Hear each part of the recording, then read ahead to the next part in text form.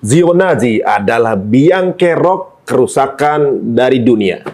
Ini buktinya. Assalamualaikum teman-teman cerita Untungs. Sudah 2 bulan genosid di Palestina terjadi.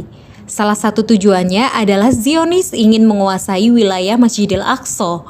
Kali ini cerita Untung mengundang Ustadz Felix Shaw untuk menjabarkan sejarah Masjidil Aqsa dan dari mana silsilah Yahudi Zionis yang saat ini ingin menguasai Palestina.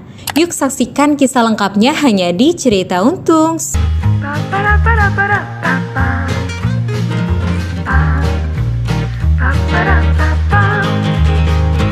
Assalamualaikum warahmatullahi wabarakatuh. Alhamdulillah, sekarang ini kita bisa ketemu lagi di cerita Untung dan tentunya juga kita akan terus berusaha memberikan banyak sekali informasi kepada teman-teman semuanya, termasuk saya sendiri. Saya butuh banyak inputan atau juga masukan untuk lebih tahu sebenarnya kita berada di keadaan seperti apa, di fase-fase yang sudah menjadi nubuah dari Rasulullah SAW. Nah, kali ini menurut saya adalah salah seorang sosok yang memberikan pemahaman sama saya secara mudah. Maka saya akan tularkan ke teman-teman semua pemahaman simpel dan mudah dipahami mengenai apa yang terjadi di Palestina dan seperti apa peran dari Zionazi ini kemudian menjadi kerusakan di dunia. Langsung bersama kita ada Ustadz Felix Shaw. Assalamualaikum warahmatullahi wabarakatuh. Assalamualaikum warahmatullahi wabarakatuh. Masya Allah. Sehat, Ustaz? Sehat, alhamdulillah. Alhamdulillah akhirnya bisa lagi duduk ngobrol sama antum deh. Alhamdulillah, udah lama ya. Terakhir tahun 2020. 2020 iya. Di pinggir kolam. Oh ya benar. Masih di pandemi. Dan bahas One Piece ya. Bahas One Piece ya tuh. Itu masih sampai sekarang banyak sekali orang-orang yang motong. Banyak ada di TikTok gitu kan. Alhamdulillah, Masya Allah. Waduh, setelah itu kemudian ketika saya ada beberapa part dari antum yang kemudian menarik mengenai Pancasila. Ya, betul. Saya coba tanamkan beberapa, utarakan teman-teman kayaknya. Bingung ya mereka ya. Boleh juga. Dapat dari Ustadz Felix ini. Insyaallah. Nah, sekarang ini kita akan dengar nih pemahaman dari atau juga mungkin paparan dari Ustadz Felix ya. Sebenarnya orang banyak yang justru baru tahu. Betul. Jadi dengan kejadian seperti ini orang baru paham nih 75 tahun sebenarnya kejadian ini udah lama gitu. Betul. Walaupun orang muslim sendiri, orang Indonesia kan. Benar. Banyak yang menyangka baru sejarah itu baru dimulai tanggal 7. Benar Gitu. benar sekali. Kan apalagi si Piers Morgan kan, do you condemn Hamas? Dipikir itu sejarah mulai dari tanggal itu. Betul. Pertanyaan selalu begitu. Selalu itu. Itu kalau nonton drama itu pasti dari mid season. Iya benar. Pasti kamu nonton mid season Ya, ya. benar. Nah, kira-kira Ustaz, sebenarnya gini, banyak yang mungkin terbrainwash juga dengan informasi-informasi bahwa mereka itu terusir dari Eropa. Betul. Dan akhirnya kemudian masuk ke negara Palestina gitu kan. Karena Holocaust dan terusir gitu kan. Benar. Tahun 1941 kalau saya 41 gitu. Tapi ternyata Balfour aja 1917, berarti memang sudah ada planting sebelumnya. Betul. Nah, dari mana kira-kira mulainya, Ustaz? Enaknya? Kita mulai dari satu hal dulu, bahwasanya ada satu hal yang sangat penting harus disepakati ketika kita membahas tentang masalah Baitul Maqdis. Bahwa Baitul Maqdis ini yang kita lihat di permukaan adalah konflik. Yang kita lihat di permukaan adalah tanah ini selalu bermasalah. Bahkan dulu ketika saya masih belum muslim pun, itu saya sudah dengar nama-nama seperti Yitzhak Rabin misalnya, atau misalnya Yasser Arafat, bahwasanya di sana tuh selalu konflik dan seterusnya. Bahkan orang-orang muslim yang nggak ngerti apa-apa biasanya berpemahaman begini, udahlah kita nggak usah ngurusin masalah Palestina. Nanti kalau di sana terjadi damai, nanti kitanya sudah dekat dengan kiamat, padahal gue belum kawin segala macam. Nah, ini kan beberapa kesalahan persepsi bahwasanya tempat itu tempat yang bermasalah, tempat itu adalah tempat yang penuh dengan konflik, bahwasanya di situ ada negara Israel dan negara Palestina. Bahkan beberapa waktu yang lalu juga udah lama sih ada santer berita begini, Google menghapus peta Palestina dari Google Maps. Sebenarnya itu nggak pernah terjadi. Nah, maka ketika kita membahas ini, insya Allah semua akan terkuat, semua akan bisa dimengerti. Kuncinya adalah bahwasanya kita mengetahui bahwa permasalahan yang ada di Baitul Maqdis atau Palestina ini adalah permasalahan pemikiran. Itu sebelum semuanya. Jadi dengan kata lain, kalau kita terus-menerus memperjuangkan sesuatu yang tidak ada hubungannya dengan pemikiran, maka itu tidak langsung berkontribusi positif terhadap penyelesaian konflik yang ada di Palestina. Kenapa bisa begitu? Karena konflik Palestina ini dimulai dengan masalah pemikiran, berakhirnya dengan masalah fisik. Nah, maka harus dimulai dengan perubahan pemikiran agar bisa menyelesaikan permasalahan secara total. Edukasi dulu berarti. Edukasi. Itu sama kayak itu loh Mas, belenggu gajah. Gajah sirkus. Ha. Gajah sirkus kan nggak mau lari, Mas. Ha. Padahal dia kuat. Ha. Andaikan dia mau lari dan ngamuk, itu selesai tuh satu sirkus, Mas. Ha. Tapi kenapa gajah itu nggak mau lari? Karena dia sebenarnya punya belenggu, bukan di kakinya, tapi di pikirannya. Mindsetnya dia emang nggak bisa ngapa-ngapain. Betul, namanya mind block. Oh. Nah, jadi kita tuh orang Muslim punya mind block tentang masalah Palestina, dan mind block itu sangat banyak sekali. Yang paling sederhana mind blockingnya adalah kalau kita bahas tentang masalah Palestina, biasa ada orang yang so SJW gitu ya. Lalu Anda bilang begini, lu ngurusin urusan orang lain, urusan diri sendiri tuh masih banyak. Iya. Coba lihat tuh negeri-negeri sendiri masih banyak yang perlu bantuan. Ngapain lu ngurusin urusan Palestina? Itu salah satu mind blocking. Kok narasinya bisa sama ya? Ya betul, karena mind blocking tadi. Karena gini ceritanya, mind blocking itu dimulai dengan cara bahwa orang-orang yang tidak pengen umat Muslim bersatu karena mereka tahu kekuatan Muslim itu terletak pada persatuan, maka mereka bilang pada awal-awal, ini bukan urusan dunia Islam, mohon maaf. Kami cuma berurusan dengan orang-orang Arab. Maka orang-orang Arab bersatu membantu Palestina karena ini urusan negara Arab. Tapi lama-lama negara Arab dikasih tahu lagi, ini bukan urusan negara Arab ya. Ini urusan Palestina dengan Israel. Maka orang Arab bilang, ya udah kalau gitu kami mundur. Tapi lama-lama lagi orang-orang dibilang lagi bahwa ini bukan urusan Palestina dan Israel, tapi ini urusan siapa? Israel. Antara Israel dengan Hamas. Makin dikecilkan. Makin dikecilkan. Buktinya ada yang bilang, Fatah dan Hamas juga berantem kok. Apa kita nggak tahu posisi itu complicated. Semua orang-orang tuh semua alasannya complicated. Pada complicated mana? Enggak, ini secerah matahari di siang bolong. Bahwasanya ketika kita berbicara tentang masalah Palestina, kita berbicara tentang masalah umat Muslim harusnya. Tapi dikecilkan sampai masalah antara Hamas dan Israel. Maka tulisan sekarang coba lihat, Hamas is ISIS kan gitu kan ya. Hamas is terrorist. Do you condemn Hamas? Kan gitu. Karena seolah-olah masalah antara Hamas dengan Israel, padahal tidak. Harusnya dikembalikan pada permasalahan umat Muslim dengan kemudian orang-orang yang berusaha untuk menjajah. Nah, itu yang perlu, itu pertama disclaimer. Tapi emang itu narasi memang sudah dibangun jauh hari ya sama mereka untuk di kepala orang-orang, jadi rasanya kayak semacam emang begini keadaannya gitu. Ngomongin Palestina kayak kita orang jahat. Nggak bela Israel berarti kita buruk. Kita nggak suka Israel berarti kita antisemit. Oh, dia membentuk trennya tuh mereka. Itu semua. The war is in our mind. Yang namanya perang tuh di kepala kita, bukan di luar sebenarnya. Karena yang terjadi perang tuh di sini nih. Tapi kalau ini selesai nih, beres. Makanya ada satu quotes yang sangat bagus. If you free the Muslim mind, then they know what to do. Jadi kalau kita cuma cukup untuk membebaskan pemikiran kaum Muslim, semua tuh udah beres. Karena ibarat gini, Mas, kita tuh adalah bangsa yang terhormat. Ibarat kemudian kalau kita ibaratkan singa, kita adalah singa-singa yang lagi lapar. Tapi kita ini lagi dikurung. Nah, kalau kita sudah bebasin kurungan itu, terus di situ ada misalnya contoh misalnya ada apalah misalnya ada rusa kayak atau misalnya ada babi misalnya segala macam, itu pasti akan dimakan. Nah, jadi gimana cara supaya nggak dimakan ya? Berarti dikurung. Nah, berarti kita tinggal membuka penjara pemikiran itu. Oh, jadi emang tugasnya adalah mengedukasi. Ya, Tapi dari kemarin-kemarin dulu kita kalau ada konten yang seperti ini nih, selalu algoritmanya kita merayap saat maksudnya. Nah, tapi itu sekarang nih atau kayak Allah lagi memberi leverage ya buat orang jadi kayaknya gini ya, Allah memberikan keadaan di mana orang jadi pengen tahu. Benar. Itu blessing in disguise. Kita nggak mau mengatakan bahwa kita senang dengan kondisi ini, tapi ini blessing in disguise. Bahwasanya apa yang mereka lakukan di sana itu membuka pandangan orang-orang Muslim, menutupnya mata-mata orang di sana itu membuka lebih banyak jutaan orang-orang Muslim di seluruh dunia untuk percaya dengan ini, untuk yakin, untuk mempelajari ini. Kalau bahasanya juga darah orang-orang di sana itu menyinari kita semua untuk lebih tahu tentang sesuatu. Nah, maka kalau kita konsisten di situ, maka kalau kita berbicara tentang contoh misalnya bantuan secara donasi itu bukan solusi. Tapi itu adalah bagian daripada kepedulian kita dan kewajiban kita untuk membantu. Tapi bukan solusi. Boykot itu bukan solusi. Tapi adalah bagian daripada diri kita untuk menjaga kewarasan diri kita. Karena kalau kita udah lihat saudara kita dibunuhin, kita masih kemudian kita bisa ganti produknya, kita nggak mau ganti nih, itu berarti kitanya nggak waras. Kita yang jadi gila gitu maksudnya. Karena kita bertentangan dengan apa yang kita yakini kan gitu. Berarti kita yang butuh ya sebenarnya? Betul, kita yang butuh. Nah, tapi yang sebenarnya menjadi solusi adalah justru membahas yang kayak gini. Karena inilah yang kemudian berhubungan secara langsung dengan permasalahan yang terjadi. Kata orang bilang, enggak, permasalahan telah diselesaikan dengan jihad. Benar jihad, tapi masalahnya jihad itu nggak hanya jihad. Kalau kita jihad ke sana, misalnya, tapi kita nggak memahami problematika pemikiran ini, maka kita akan berakhir sama dengan orang-orang yang nanti akan dipecah belah.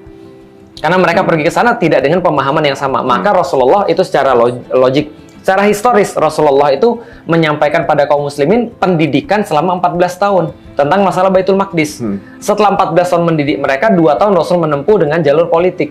Nah, setelah itu 2 tahun Rasul menempuh dengan jalur jihad fisabilillah. Artinya 14 tahun ini jangan dilupakan ini. Iya, Ini iya, dari iya, antara 18 tahun sepanjang perjuangan Rasulullah itu, 14 tahun dihabiskan dengan edukasi. Sangat luar biasanya adalah Rasulullah tidak menyaksikan nih ketika bebas. Kan di zamannya Umar bin Khattab. Maka tidak menyaksikan ketika Baitul Maqdis bebas, tapi inisiasi itu sudah dilakukan oleh Rasulullah ya 18 tahun. Kira-kira seperti itu. Ada pola yang sama, Ustaz, ya? Ada pola yang sama. Umar secara edukasi kemudian mampu merebut Baitul Maqdis. Betul, 14 tahun.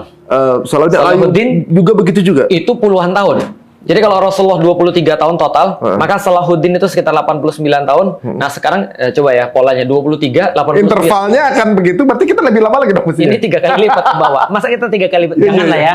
Jangan lah ya. Kan sekarang udah teknologi, misalnya lebih Betul, cepat. betul. Gitu.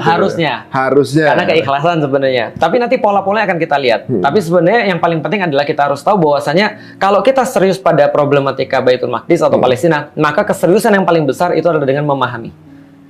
Dengan mengetahui ilmu dan makrifat tentang masalah Baitul Maqdis. Dan ini dilakukan oleh Rasulullah. Maka kalau sudah dilakukan oleh Rasulullah, jangan dikecilkan. Ya. Maka ini penting banget. Jadi kira-kira begitu. Fadol, silakan dimulai. Nah, kalau itu kita coba sedikit ini aja ya, ngobrol-ngobrol. Pertama, ini gambar Baitul Maqdis, Mas. Ya. Dan sebelum kita belajar tentang Baitul Maqdis ini, kita harus tahu dulu ini kondisi tentang yang namanya Palestina. Jadi, kalau kita bicara tentang Palestina, maka Palestina pertama-tama bukan negara. Kalaupun dia ada flag, dia ada bendera, itu bukan bendera negara. Karena Palestina tidak diakui sebagai negara. Contoh misalnya, Palestina tuh nggak punya tentara. Ya. Palestina nggak punya mata uang. Nah, berarti dia tidak memiliki apa yang harusnya dimiliki oleh sebuah kedaulatan itu dia nggak punya. Karena skrutininya itu masih dari Israel. Dan yang dimaksud dengan pemerintahan otonom Palestina, yang di PBB cuma punya hak datang aja, tapi nggak boleh ngomong, nggak boleh punya hak dengar gitu kan ya. Nggak punya hak untuk didengar. Itu adalah wilayah di West Bank itu. Jadi ada dua. Pertama ada West Bank, ada Gaza. Seringkali kalau orang bicara tentang Palestina, mereka kira Palestina itu seperti sebuah negara. Enggak. Palestina itu ada dua, West Bank sama Gaza. West Bank itulah yang dinamakan dengan pemerintahan otonom Palestina, sedangkan Gaza disitulah tempat terjadi problematika yang selama ini kita lihat, pembantaian, kebiadaban dan segala macam di Gaza. Nah, bedanya apa di West Bank sama Gaza? West Bank itu sebenarnya orang-orang terjajah yang diduduki, sedangkan Gaza itu merdeka. Gaza malah nggak ada merdeka. Orang Israel di sana. Nggak ada orang Israel di situ. Kalau West Bank nyampur. Mereka batasin dengan tembok-tembok, mereka kasih checkpoint dan segala macam sehingga mereka ke sana tuh harus susah, dikasih kemudian pengawasan tertentu, itu semua di West Bank. Yang suka tempat tinggalnya di take over di West Bank berarti. Di West Bank. Ini mirip seperti ini nggak? Yang Sheikh Jarrah kemarin ya. Sheikh Jarrah gitu, Bang. Betul. Seperti Irlandia mungkin dengan Inggris mirip. Irlandia kayak koloni ya dengan Inggris ya dulu ya. Koloni ya. Salah. Tapi nanti coba bisa dicek ya. Sekarang yang support Palestina kan jadi Irlandia. Karena memiliki kesamaan gitu. Sama-sama nggak suka Inggris. Iya, saya pikir kesamaan nasib digituin gitu. Ya, sama-sama nggak suka Inggris karena nanti ada hubungannya dengan Inggris. Oh, mantep nih, keren. Nah, West Bank itu kalau kita gedein lagi kira-kira seperti ini. Ini adalah West Bank dan juga Gaza. Jadi Gaza itu namanya Gaza Strip atau dalam bahasa Indonesia itu jalur Gaza. Sedangkan West Bank disebut dengan West Bank kenapa? Karena bank itu adalah tepi, sedangkan West itu adalah barat. Jadi tepi barat daripada apa? Sungai Yordan. Maka di situ kalau kita lihat ada Sungai Yordan di sebelah kanan, nah itu sebelah tepi baratnya dan yang namanya West Bank. Nah disitulah terletak yang namanya Ramallah, Nablus, Jenin, itu kan ada segala macam. Sedangkan di situ ada Yerusalem juga. Tapi itu bukan wilayah daripada pemerintahan otonom Palestina, tapi itu wilayahnya sudah Israel. Makanya mereka bilang Yerusalem is the capital of Israel. Dibilang sama Donald Trump pada tahun berapa? 2000 berapa gitu? 2017 atau 2018? Nanti coba dicek lagi ya. Nah itu adalah kemudian West Bank. Nah makanya kalau kita lihat Gaza Strip ini adalah sebenarnya tempat yang merdeka. Di situ tempatnya orang-orang Hamas. Jadi kalau misalnya di West Bank itu ada PLO, maka di Gaza Strip itu ada yang namanya Hamas. Nah Hamas ini adalah gerakan perlawanan yang muncul dari 1987 dan mereka mendiami wilayah Gaza. Dan wilayah Gaza ini diblokade dan nggak bisa orang-orang masuk karena dibikinin tembok semuanya. Jadi orang bilang Gaza itu adalah the world largest prison karena itu sekitar setengah Jakarta ya. Nah, prisonnya seperti apa? Ini adalah beberapa pintu-pintunya. Yang warna-warna kuning itu adalah pintunya dan kita bisa lihat dan kita bisa tahu di sini bahwa kalau kita bicara tentang Gaza, seluruh wilayahnya itu tertutup. Wilayah sebelah barat itu tertutup oleh Laut Mediterania. Jadi mereka nggak bisa kemana-mana tuh. Dan kalau mereka lewat Laut Mediterania itu sudah pasti ditembak sama Israel. Itu yang pertama. Yang kedua, wilayah-wilayah selain daripada laut, yang sebelah darat, wilayah sebelah timur itu berbatasan semua dengan temboknya dengan Israel. Itu yang kemarin diserang Hamas itu. Itu dari lautan. Nah, sedangkan wilayah sebelah selatan itu satu-satunya yang berbatasan dengan negara lain selain Israel namanya Mesir. Rafah itu. Pintunya namanya Rafah. Itulah Rafah crossing point. Nah, kalau misalnya kita ngirim donasi-donasi ke sana, itu semuanya nongkrongnya di Rafah. Oh, yang kalau nggak salah kemarin ada 100 berapa ribu truk gitu ya? Betul. Masih ada di desert katanya. Betul. Dan itu semua nongkrong di sana. Dan coba bayangin Mas, kemarin kita dapat info dari Ustadz Hussein Gaza itu, dia mengatakan bahwa menurut Palang Merah Internasional itu sehari perlu 1.500 truk untuk masuk ke sana. Tapi untuk kepentingan ya cuma make up aja, Israel buka pintu Rafah itu cuma 30 truk kalau nggak salah. Sehari boleh masuk selama ceasefire itu. Makanya kemudian orang-orang tuh benar-benar nggak dapat apa-apa sebenarnya ketika ceasefire itu. Dibagi 2 juta orang ya? 1.500 yang datang cuma 30. Berarti berapa persen tuh? Nggak sampai makanin buat 2 juta orang. Betul. Itu makanya ngeri. Nah, Rafah ini ngeri nih. Menurut beberapa perjanjian, Rafah ini harus dibuka. Tapi baik pemerintahan Mesir maupun pemerintahan Israel itu nutup pintu Rafah ini, nggak bisa dibuka, nggak bisa masuk bantuan-bantuan. Inilah makanya aku bilang tuh ini ketidakadilan yang dipertontonkan, yang akhirnya menjadi sebuah pertunjukan yang menyadarkan banyak orang. Ini Rafah crossing point. Nah, kalau gitu kita sudah tahu tentang masalah Palestina. Sekarang kita bahas kenapa terjadi gejolak di Palestina atau Baitul Maqdis. Saya sering mengulang-ulang Baitul Maqdis karena Rasulullah Shallallahu Alaihi Wasallam mengistilahkan ini dengan Baitul Maqdis. Seluruhnya wilayahnya. Nah, jadi Baitul Maqdis itu ada 3 arti. Karena ini bisa diulang-ulang, saya cepetin aja. Pertama, arti dalam arti kompleks Masjidil Aqsa, itu Baitul Maqdis. Yang kedua, kota Yerusalem, itu juga kota Baitul Maqdis. Yang ketiga adalah wilayah Syam, itu juga atau wilayah Ardul Mubarakah, ini juga termasuk Baitul Maqdis. Termasuk Jordan segala masuk. Nah, termasuk Yordan, terus kemudian bagian daripada Sinai, kemudian sedikit wilayah Turki dan segala macam, itu termasuk Baitul Maqdis. Nah, kalau gitu kita bahas kenapa terjadi gejolak di Baitul Maqdis. Ya wajar, karena ini adalah sebuah kota suci bagi 3 agama. Orang-orang orang-orang Yahudi, orang-orang Kristen, dan orang-orang Muslim, gitu kan? Yang menurut kemudahan penyebutan Yahudi, Kristen, dan Islam. Contoh misalnya, kalau orang-orang Kristen tuh mereka meyakini Mas bahwasanya Yesus disalib di situ. Di bagian dari Baitul Maqdis itu? Di kota Yerusalem atau kota Baitul Maqdis. Namanya Bukit Golgota. Oh. Nah, di situ kemudian dibangun satu gereja, namanya Gereja Makam Kudus. Nah, ini gerejanya, ini Gereja Makam Kudus dibangun di sana. Di situ ada salib yang mereka yakini sebagai tempat penyaliban Yesus. Salib yang sama. Salib yang sama, mereka yakini. Ya, kalau kita nggak berhak untuk mencampuri ya. Dan di situ juga mereka yakini ada tempat perjamuan terakhir. Jadi sebelum Last Supper, betul. Ini juga sama bagi orang-orang Yahudi. Orang Yahudi meyakini sebagai tanah terjanji bagi mereka. Ada banyak versi. Ada versi yang paling luas mengatakan bahwasanya yang namanya Israel itu, negara Israel adalah di antara dua sungai. Sungai Eufrat dan Sungai Nil. Itu berarti tahu nggak antum dari mana, Mas? Itu dari atas Turki itu jalan ke bawah sampai ke Sungai Nil, sampai ke Mesir. Itu gede banget. Jauh banget dong. Oh, bukan jauh lagi, Mas. Itu gede banget. Makanya orang-orang Libanon tuh deg-degan juga. Karena mereka ketika di awal, nanti kita akan belajar, ketika mereka awal mendirikan negara, mereka sudah jelaskan referensi mereka adalah kitab suci. Maka wilayah kami nanti, mereka katakan, itu sebagian Libanon, Sinai yang punya Mesir, Suriah, dan juga nggak menutup wilayah-wilayah lain. Jadi ibaratnya kalau ini Gaza takluk, habis. Proyeksi berikutnya ke mereka tuh. Makanya mereka bilang gini, kalau Gaza berhenti untuk menyerang, maka semuanya mati. Kalau Israel berhenti menyerang, terjadi kedamaian. Jadi beda. Kalau Gaza mempertahankan serangan itu untuk membuat dia hidup, sedangkan Israel itu melakukan serangan untuk membuat orang mati. Jadi kalau Gaza serang orang untuk hidup, ini untuk buat orang mati.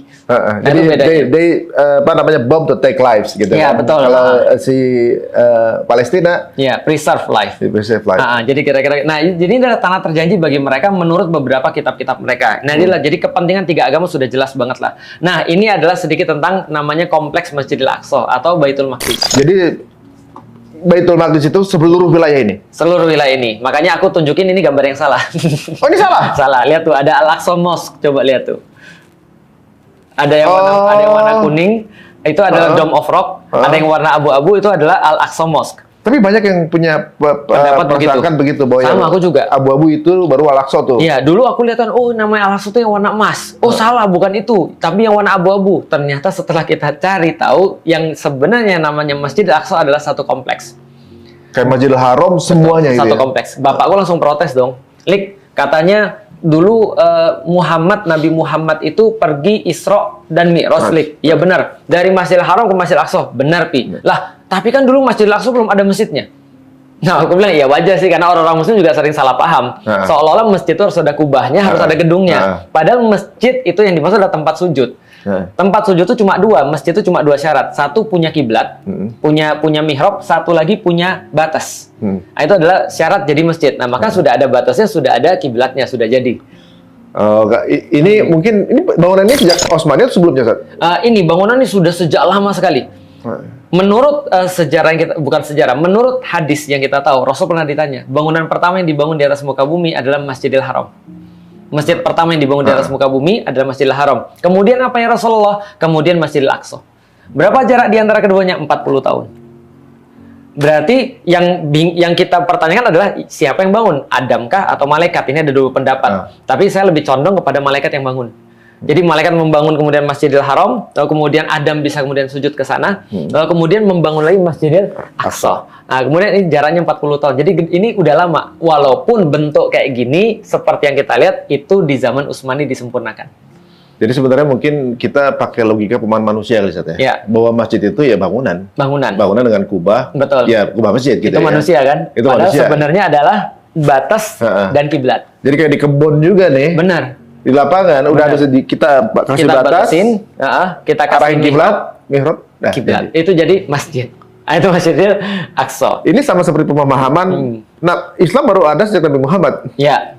Dan kita sendiri memahami sejak Nabi Adam juga udah. Nah, kalau itu nanti ada pembahasan tiga pembahasan. Ada pembahasan Islam secara lugoh, Islam secara kata-kata, yaitu ada selamat. Ada pembahasan Islam secara agama para nabi, yaitu adalah Islam dari Adam sampai dengan Nabi Muhammad. Ada Islam dalam bahasan agama khusus yang diturunkan pada Nabi Muhammad.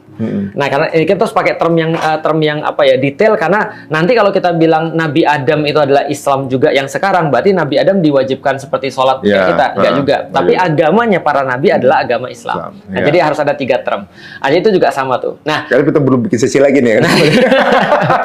nah ini namanya tembok ratapan. Tembok ratapan ini adalah tembok yang diyakini oleh orang-orang Yahudi sebagai peninggalan terakhir daripada Haikal Sulaiman. Kenapa akhirnya di ratapan nih? Jadi beratap situ. Kalau Mereka semacam kayak nostalgia. Jadi kayak kita pergi ke sekolah lama gitu, Mas. Oh, dulu aku pernah di sini tuh, nembak pacarku di sini ya, kira. Walaupun ini nggak bicara halal dan haram ya. Aku dulu pernah di sini minum es. Jadi kayak nostalgia. Nah, sehingga mereka meratapi bahwasanya terjadi kehancuran pada orang-orang mereka. Kemudian mereka melihat ini adalah semacam kayak ya nostalgia. memorabilia aja. Iya, semacam kayak kenangan ya. Sehingga mereka meratapi nasib-nasib mereka dan mereka anggap sebagai bagian daripada ibadah. Nah, dan ternyata bukan hanya orang-orang Yahudi nih yang kesini nih, tapi yang merasa Yahudi juga kesini juga. Banyak tuh. Kalau Nasrani nggak bagian kan sebenarnya ini? Nah, ternyata juga mereka sekarang juga begitu. Jangankan Nasrani, Mas, orang-orang Muslim aja yang sok-sokan kayak Yahudi gitu ya kesana juga. Nah, jadi ini Masjid Al-Qibli itu adalah salah satu bangunan, dan juga di situ ada kubah batu atau Masjid Sakhroh. Kubatus Sakhroh. Nah, kalau kita lihat gambar yang lebih live, ini gambar yang lebih live. Sebenarnya Keren banget cantik ya. juga ya. Ya, ini Mas, Masjidil Haram sama Masjidil Aqsa itu kembar identik. Bentuknya sama persis. Nah, dicoba saat di mana? Jadi bentuknya begini juga, Masjidil Haram. Jadi kalau misalnya dilihat ya, nanti coba lihat peta Masjidil Haram, bentuknya sama yang dibangun oleh Rasulullah. Lalu kemudian yang terjadi di sini juga sama bentuknya, dan sama-sama punya mata air. Kalau di Masjidil Haram ada Zam-Zam, kalau di sini ada namanya Telaga Saria. Jadi ketika kita baca dalam surat Maryam, Allah mengatakan bahwa Allah menjadikan ketika Maryam melahirkan, ada di bawahnya Tahtaki Saria, di bawahnya ada Telaga Saria. Di sebelah mana ya? Nah, bukan di sini. Tapi nanti di tempat lahirnya, di daerah Bethlehem namanya. Itu yang diyakini oleh para mufasir juga. Jadi luar biasa ya. Jadi aku juga setiap kali ini aku merinding. Kenapa aku merinding? Karena aku mencoba mengkonekkan seperti apa Rasulullah memandang ini, dan kemudian kita mencoba untuk relate dengan Rasulullah. Coba bayangin, Mas, kalau kita dulu bukan kita dulu. Semua umat muslim itu pasti pengen ke Masjidil Haram.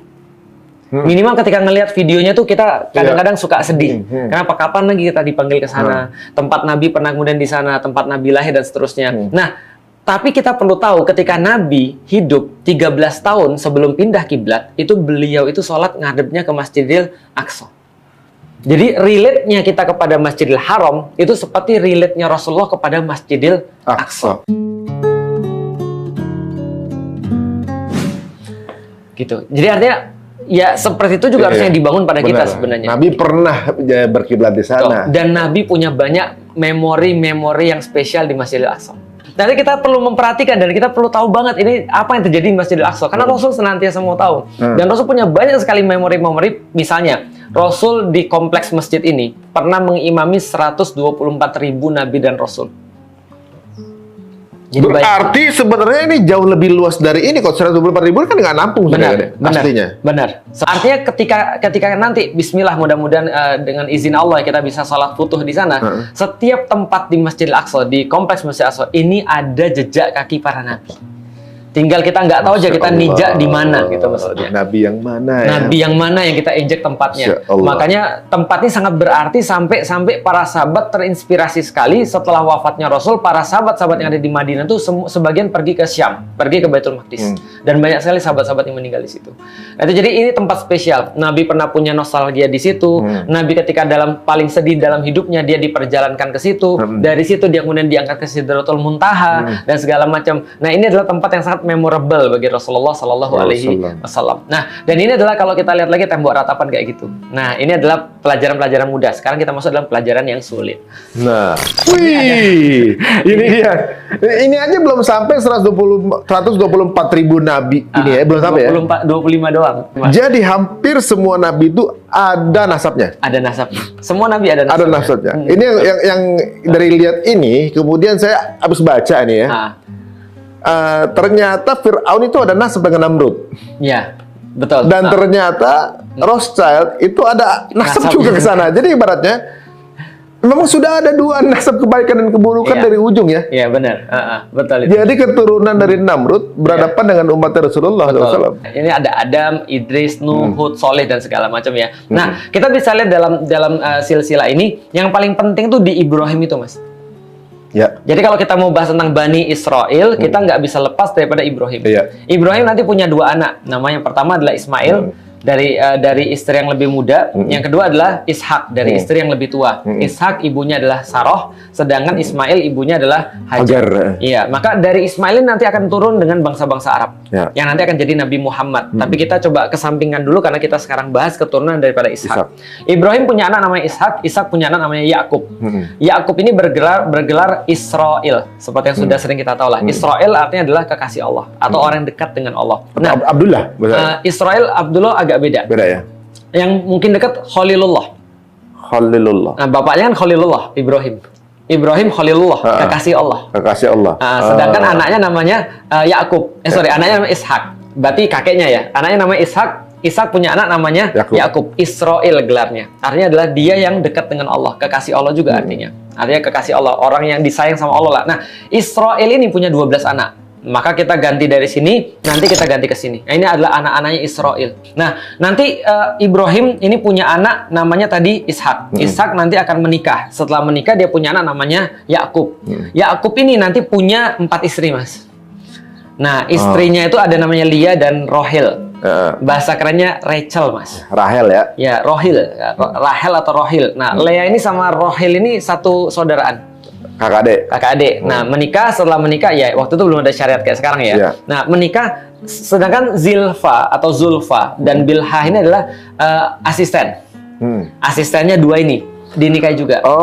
Ini nanti Zilfa punya 2 anak. Nah, kemudian Leah punya berapa nih? 1, 2, 3, 4, 5, 6 anak. Lalu Bilha punya 2 dan kemudian Bilha punya 2 dan Rohel juga punya 2. Nah, yang 2 dari Rohel ini namanya Yusuf dan Bunyamin yang sudah kita tahu, 2 saudaraan lah. Karena memang Yusuf ini kenapa terkenal sangat ganteng, Mas? Karena ibunya itu adalah yang paling cakep. Jadi Rohel ini paling cakep, punya anak ya cakep juga. Nah, Yusuf dan Bunyamin ini punya dia saudaraan berdua dan ini mengambil banyak sekali keirian daripada saudara-saudara yang lain. Kita udah tahu lah ya.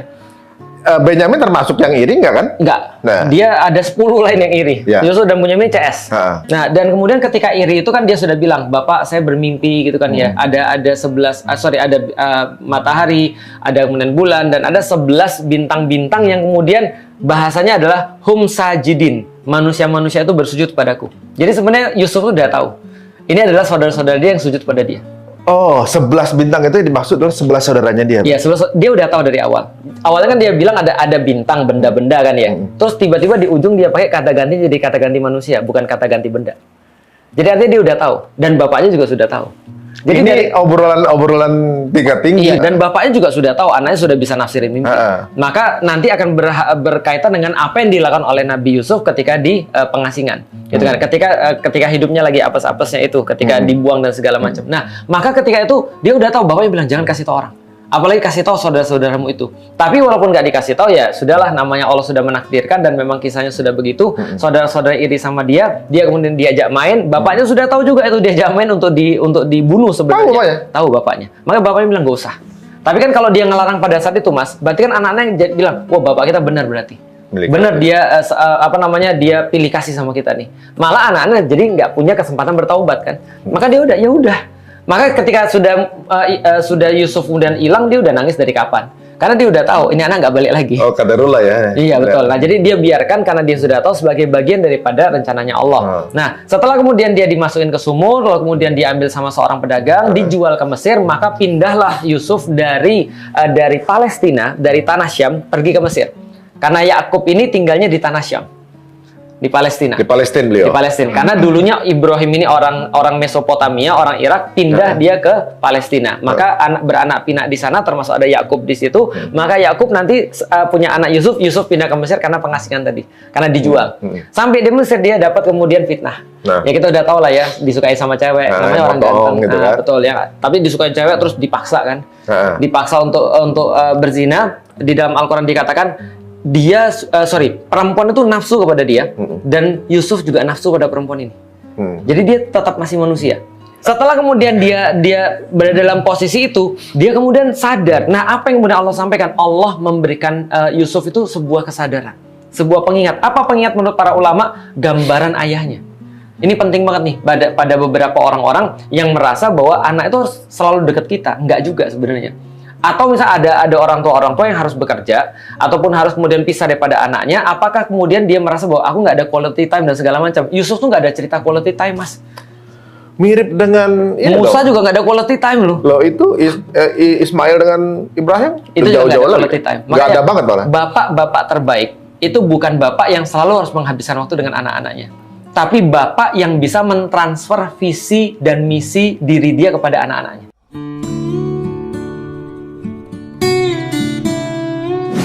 Berat juga sih memang. Berat memang, itu berat sekali. Karena berapa banyak bapak-bapak yang quality time, tapi ternyata nggak bisa mentransfer visi misi, karena dia juga nggak ada visi misi. Dia juga nggak beriman pada Allah. Gimana dia bisa transfer visi misi itu? Nah, tapi ternyata pertemuan bapak dengan Yusuf ini bentar aja, Mas. Mungkin kita 8-10 tahun, tapi ternyata gambaran bapaknya tiba-tiba nafsunya bisa serentak dari 100 jadi 0 gara-gara bayangin wajah bapaknya. Dan dia bilang, aku nggak mau ngecewain bapakku. Sudah, kita nggak jadi. Keren Pendidikan kayak apa nih? Dan kalau kita lihat di Gaza, bentuknya orang-orang tuh kayak gitu. Itu luar biasa. Tarbiyah apa yang dilakukan oleh bapak-bapaknya pada anak-anak ini? Itu amaze, luar biasa. Nah, tapi ya udahlah, kita tahu dia masuk penjara, daripada berzina lebih baik aku masuk penjara. Di penjara dia ketemu dengan 2 orang gitu kan ya. Dia coba untuk menafsirkan mimpinya, ternyata berhasil. Orang yang keluar kemudian lapor pada Firaun, Raja Mesir pada saat itu belum zamannya Firaun, dan Raja Mesir punya satu mimpi tentang sapi besar dan kemudian gandum gitu kan ya, dan seterusnya. Setelah itu kemudian dia menafsirkan mimpi itu, kemudian dia jadi bendaharawan karena dia bilang cuma saya yang bisa tahu cara untuk manage. Jadi saya nggak hanya tahu kejadian ke depan, tapi saya tahu cara manage. Itu membuktikan kenapa orang muslim harus profesional. Jadi nggak cuma bilang ini harusnya begini, manage-nya gimana? Mas bisa bayangin, Bulog kalah, Mas. 7 tahun 4 paceklik ke depan harus ditangani dengan 7 tahun yang panen raya. 7 tahun panen raya, 7 tahun paceklik. Bayangin, Mas, metode penyimpanan apa, Mas? 7 tahun loh, Mas. 7 tahun ya. Harus tersedia untuk kemudian bisa dimakan orang 7 tahun. Lah, zaman sekarang aja kita sudah punya cold storage. Kita sudah punya apa metode apa tuh yang zero apa gitu misalnya yang dibekukan sampai titik berapa gitu untuk dibuat lagi. Ini 7 tahun loh Mas.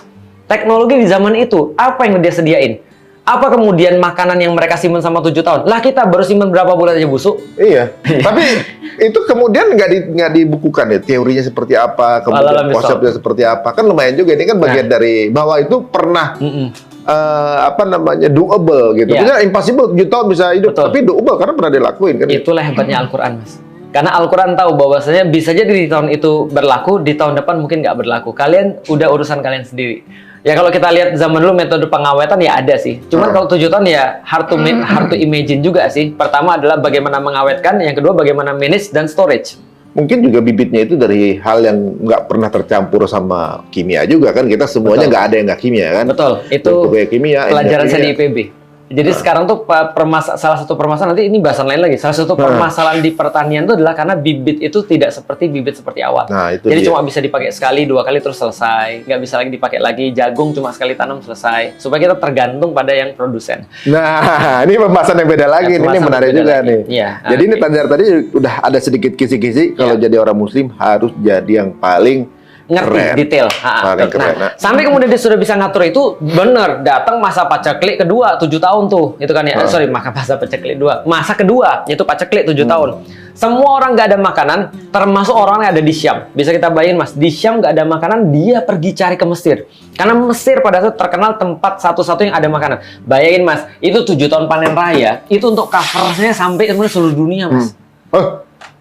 Lah iya, bukan untuk Mesir doang Mas, bukan untuk satu negara loh Mas, ini transnasional Mas. Dulu Mesir itu ruang lingkupnya semana aja dulu Bang? Mesir itu dulu cuma kalau kita lihat tadi peta, Mesir itu cuma ya Mesir sekarang Mas sampai Sinai. Sedangkan yang sana kan sudah Syam, sudah Suriah. Itu bagian dari yang tercover ini. Tercover. Lah buktinya 11 saudaranya datang ke Mesir minta makan. Kami nggak ada makanan, tolong kami dibagi makanannya. Nah di situ Yusuf ketemu lagi saudara-saudara 11 itu. Oh oke, kalau gitu gua mau bikin sesuatu juga nih bagi kalian supaya kalian kapok kan gitu kan ya. Nah setelah dibikin bla bla bla bla bla bla, akhirnya diaku Yusuf memaafkan saudara-saudaranya, saudara-saudara juga bertobat, maka seluruh keluarga diboyong ke Mesir. Nah, jadi timeline-nya kita harus tahu dulu nih. Jadi semualah anak-anak dari Israel ini ke Mesir. Semua ke Mesir. Jadi Bani Israel. Jadi Bani Israel di Mesir. Awalnya di Mesopotamia Ibrahim, lalu kemudian pergi ke Palestina, Yakub juga di situ, lahir 12 anak Bani Israel. Kemudian karena Yusuf dibuang ke Mesir, saudara-saudara semua ikut di sana, lalu kemudian jadilah mereka orang Mesir. Ya, ini ahsanul qasas. Iya, ini luar biasa. Terbaik, ya. Di Mesir inilah terjadi kisah orang-orang Bani Israel di Mesir. Ini kira-kira menurut sejarawan nih bisa variable ya, 1550 sampai 1200 sebelum Masehi. Ini masa-masa Bani Israel di Mesir. Nah, di Mesir ini apa yang terjadi? Pertama, mereka terpapar dengan apa yang terjadi di Mesir. Dan kita tahu Mesir itu ada sejarawan yang mengatakan bahwasanya Mesir itu dibagi 2, ada masa raja-raja, ada masa Firaun. Jadi Firaun ini adalah raja tapi sudah namanya Firaun.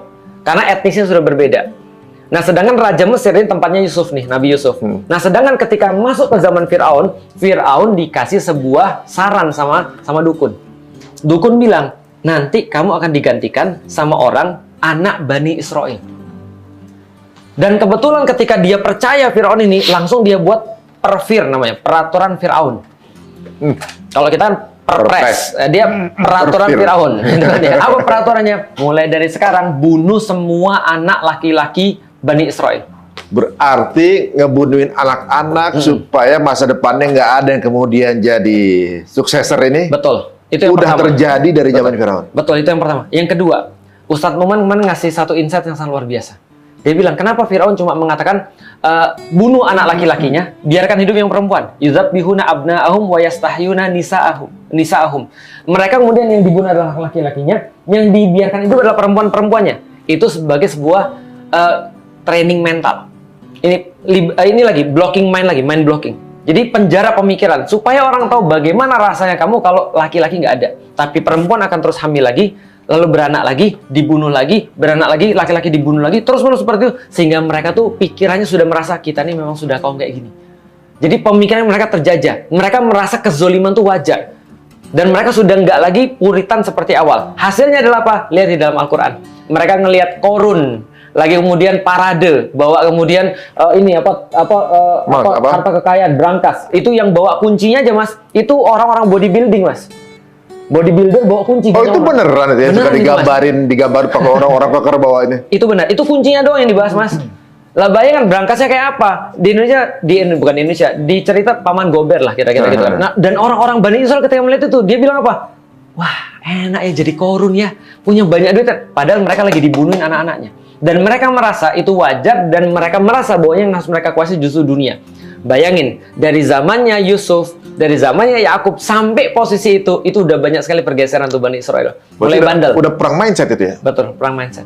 Ini problematika banget. Dan ini namanya kalau di dalam sekarang adalah desakralisasi agama. Itu yang selalu saya perangi terus.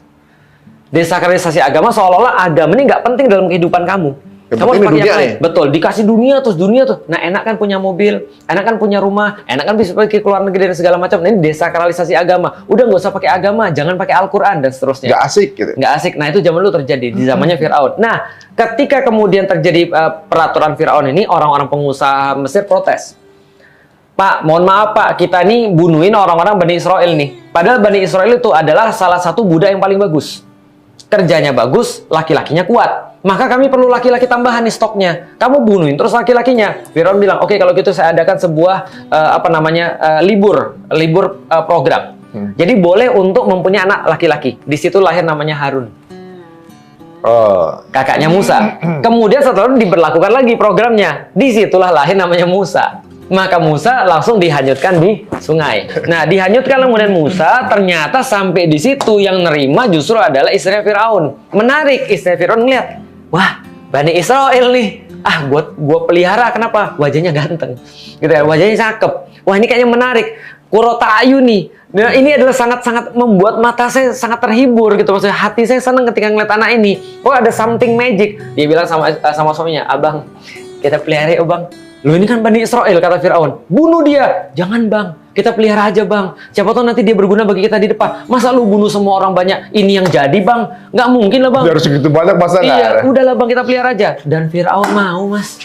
Setelah gede, ternyata Musa ini tahu apa yang terjadi. Maka setelah beberapa konflik dan seterusnya, ketika dia tahu bahwa dia adalah Nabi kemudian diperintahkan oleh Allah, Nabi Musa untuk membebaskan Bani Israel. Lawan kemudian Firaun, katakan yang benar bagi dia. Tapi aku perlu teman. Ya udah, Harun, saudaramu jadi temanmu. Datanglah Musa sama Harun kepada Firaun. Ini saya mau ngambil Bani Israel. Tentu saja menolak dong Firaun. Singkat cerita, mereka kemudian tetap pergi, lalu Firaun ngejar.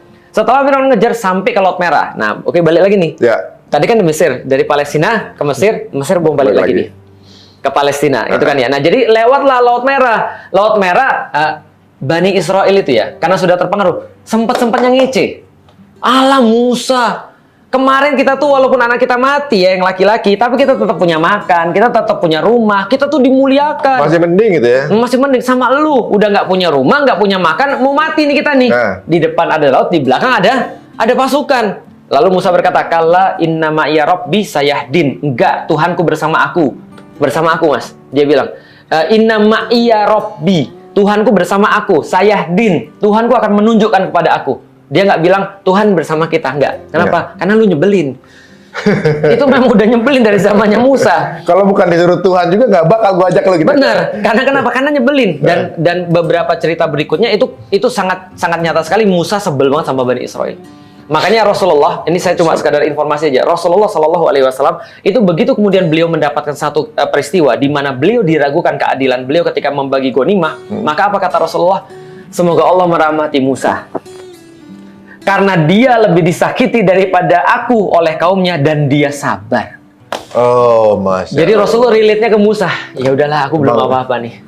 Ini gue nyebelin, tapi lebih nyebelin Musa dulu. Benar, karena nyebelin banget nih kaumnya Nabi Musa nih, luar biasa. Nah, setelah kemudian Musa ngomong seperti itu, diketukkanlah kemudian tongkat, terbelah Laut Merah, seperti gunung-gunung, ada yang mengatakan terbelahnya 12, Mas. Karena masing-masing bani itu ada tempatnya masing-masing, jalan, dan sebelah kiri dan kanan tuh kayak ada ini, Mas, kayak air turun ke bawah, Mas. Jadi kita bisa ngeliat, hai bro. Tapi ada transparan gitu. Transparan. Jadi masing-masing bani itu ngelihat itu masing-masing. Oke, kaum Lewi sini. Oke, kaum Gad sini. Naftali sini. Dan segala jalan masing-masing. 12 itu punya jalan masing-masing dan mereka ngelihat satu sama lain dan Allah keringin tanahnya. tanah laut loh mas. Kalau tanah rawa aja kita injak kaki kita masuk ke dalam. Tanah laut dikeringin sama Allah, belah kiri dan kanan ada pemandangan, mereka lewat dengan selamat, Firaun lewat, tutup. Setelah tutup, mereka menyaksikan semua itu mas. Firaun habis di depan mata mereka. Tapi apa yang terjadi? Yang terjadi seterusnya adalah ketika mereka berjalan di padang itu, mereka banyak komplain. Ah panas, lapar Musa. Ini kayak kaum-kaum yang manja ya. Betul, dan banyak komplain. Dan itu kejadian sampai sekarang. Lihat aja tuh IDF kayak apa. Iya. Akun IDF udah kayak akun lambe turah. Gila validasi, klarifikasi mulu. Gitu kan ya. Kita nggak begini, kita nggak itu. Ya kita kan makin seneng tuh untuk ngemain kan itu kan ya. Hasilnya akun hilang itu kan. Tapi teman-teman, jadi Juli Fisabilillah itu ternyata efek ya, impact ya. Impact. Nah, setelah kemudian hapus semuanya itu, akhirnya Musa bilang, ya udah, kalau gitu aku mau ketemu sama Tuhan. Aku mau ketemu sama Tuhan 40. Harun tolong jagain ya. Nah setelah ternyata Musa kemudian bercakap-cakap dengan Allah, pulang lagi kemudian ke Bani Israil, malah buat sapi, patung sapi emas yang bisa ngomong. Dan ini kalau nggak salah apa namanya Hathor kalau nggak salah. Coba nanti cek, ada dewa sapi di orang-orang Mesir. Nah mereka buat itu bisa ngomong. Musa itu saking stresnya mas, di dalam Al-Quran itu narik kepalanya Harun.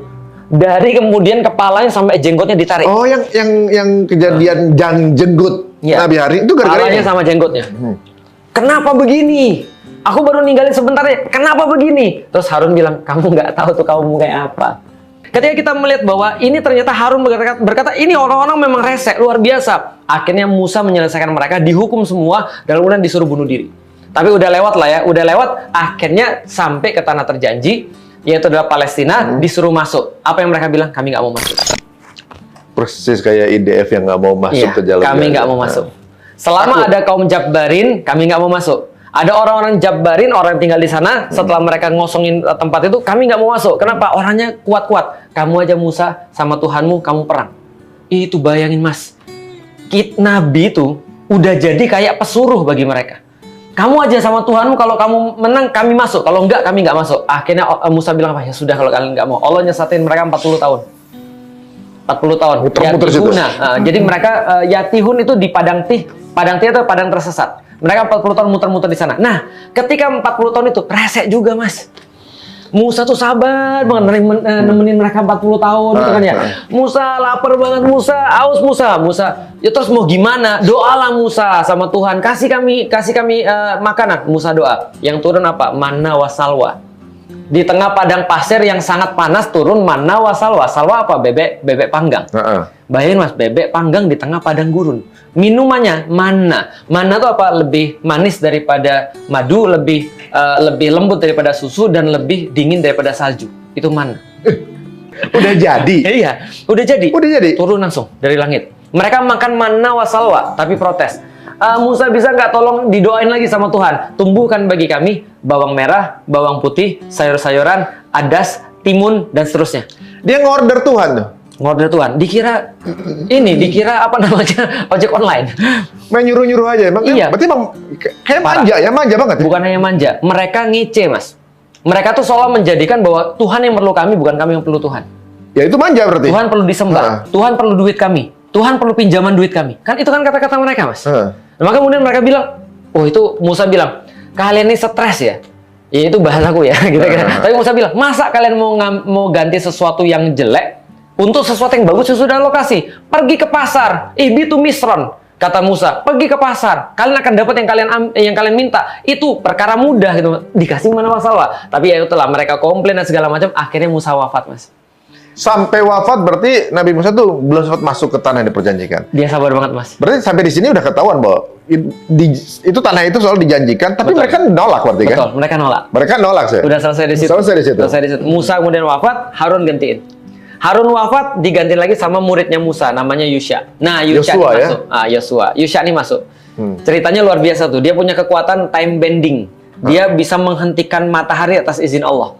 Mereka udah mau menang, masuk ke sana, akhirnya berperang juga. Pas mau maghrib, itu kemudian, wah udah mau maghrib nih, padahal udah tinggal dikit nih, udah final blow aja nih. Maka kemudian Yusha berdoa, ya Allah, kalau boleh nih matahari ditahan di situ aja ya Allah. Jangan gerak dulu ya Allah. Kenapa? Ini mau menang ini ya Allah. Maka Allah tahan matahari di situ. Orang yang perang nih, kenapa nggak tank gini? Paham nggak sih Mas? Kalau ada misalnya fight, tank nggak boleh berantem lagi. Ini kenapa nggak maghrib? Menang mereka. Setelah menang, apa yang dilakukan pertama kali? Bangkang lagi. Nah, ini menarik Ustaz. Waktu terpendingnya matahari, ternyata ada penjelasan saintifik ya, namanya solstice. Winter solstice. Solstice ya? Solstice. Itu terjadi 11 tahun sekali. Luar biasa. Berhenti ya? Jadi katanya berarti bumi itu nggak benar-benar bulat utuh, agak ini dikit, agak lonjong dikit yang berhenti. Kemudian setelah berhenti dia masuk. Setelah masuk akhirnya mereka menang dan masuk. Dan jadi benar. Apakah Yahudi Bani Israel masuk ke sana? Masuk. Yahudi itu kapan? Nanti. Yahudi itu ada ceritanya. Nah, masuk ke sana mereka langsung bermasalah. Kenapa? Disuruh masuk sampai ruku atau sujud, sampai kemudian mengucapkan perkataan-perkataan yang baik, mereka malah kemudian mengucapkan perkataan-perkataan yang buruk. Ada yang mengatakan bahwa mereka masuknya sampai mundur ruku, membokongi. Kenapa? Namanya orang pembangkang. Orang disuruh sama Allah, dia nggak mau. Dia merasa kemenangan dari dia, dan dia nggak mau kemudian untuk diperintah oleh Allah. Ini terjadi. Nah, tapi oke lah ya. Ala kulli hal, mereka kemudian bagi jadi 12. Setiap orang punya tempat-tempat sendiri. berarti mungkin untuk menjelaskan teman-teman semua bahwa Bani Israel itu bukan berarti semua Yahudi. Bukan berarti semua Yahudi. Jadi Bani Israel itu semuanya Yahudi aja. Bani Israel anak dari Yakub. Anak yang 12. Yahudi itu adalah nanti setelah salah mereka, satu di antara 12 itu. Bisa dikatakan Yahudi adalah sebutan bagi Bani Israel karena sudah sebagian besar keturunan Yehuda. Yang kedua sudah mengadopsi kebiasaan-kebiasaan yang ada di Babilonia. Nah, setelah Babilonia mereka disebut Yahudi. Jus. Nah, nanti kita sampai di situ. Masih kuat, Mas? Masih kuat. Oke, bismillah. Nah, bukan Bani Israel kalau nggak bikin masalah. Setelah masuk ke sana, mereka bikin masalah, berpecah lagi. Dan hasil daripada berpecah, ingat baik-baik orang Muslim, hasil daripada berpecah itu diusir. Hasil daripada berpecah, kita nggak dapat, tanah kita diambil orang. Itu hasil. Selalu begitu dari dulu. Gitu ya? Baitul Maqdis juga sama. Hasil daripada kemudian kita berpecah, kita diusir. Setelah kemudian mereka berpecah, mereka diusir sama kaum Jabbarin lagi. Nah, setelah mereka terusir, mereka mau balik lagi dong. Nah, baru disitulah kemudian, ayo berperang Bani Israel. Nggak mau mereka, Mas. Mereka, nggak mau kami perang. Kenapa? Nggak trending lagi namanya Nabi. Sekarang tuh trending namanya Raja. Mana ada Nabi lagi? Akhirnya dikasih Nabi sekaligus Raja, namanya Tolut. Yang terjadi adalah komplain lagi. Nabi dan Raja miskin. Nabi dan Raja gini. Gue juga bisa. Ini mungkin asal muasalnya kayak Lambe Turah dari mereka kali. Nyinyir aja gitu. Komplain. Semua ada masalah. Kalau nggak mereka nggak suka dan segala macam. Nah, akhirnya Tolut diangkat. Tolut nanti akan meminta kepada Daud untuk melawan Jalut. Itu cerita di dalam Al-Quran. Nah, maka terjadilah sebuah hal yang sangat penting namanya Daud vs Goliat. Jadi David vs Goliat, gitu kan ya. Jadi ini terjadi, kemudian setelah selesai, kemudian Tolut menyaksikan Daud mengalahkan Jalut, kemudian Daud menjadi raja. Inilah pertama kali Raja Daud punya kerajaan. Kerajaannya namanya adalah Israel Raya itu. Atau bisa dikatakan ya kerajaan Bani Israel itu. Nah, ini setelah sejak David itu berarti. David dan Sulaiman itu tadi, anaknya. Ini yang menarik waktu gambar sebelumnya ini yang tuh bilang nih. Ya, mana nih? Ini. Katanya pedangnya Daud itu sebenarnya pedangnya Jalut. Ya, itu adalah sebuah dalil untuk kemudian menggunakan alat lawan untuk membunuh lawan kita sendiri. Makanya teman-teman, kita orang bilang, lu masih pakai Instagram, masih pakai YouTube untuk ngelawan Yahudi. Itu alatnya mereka untuk ngelawan mereka. Iya, betul. Di sini juga ada satu pepatah yang bagus. Boleh salah pilih lawan, tapi jangan salah pilih senjata.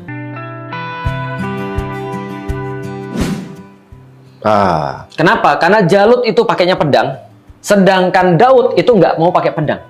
Kenapa? Karena dia tahu melawan Jalut pakai pedang itu sia-sia. Maka dia pilih senjata yang bagus, slinger itu. Itu katanya sampai 300 km per jam tuh batu.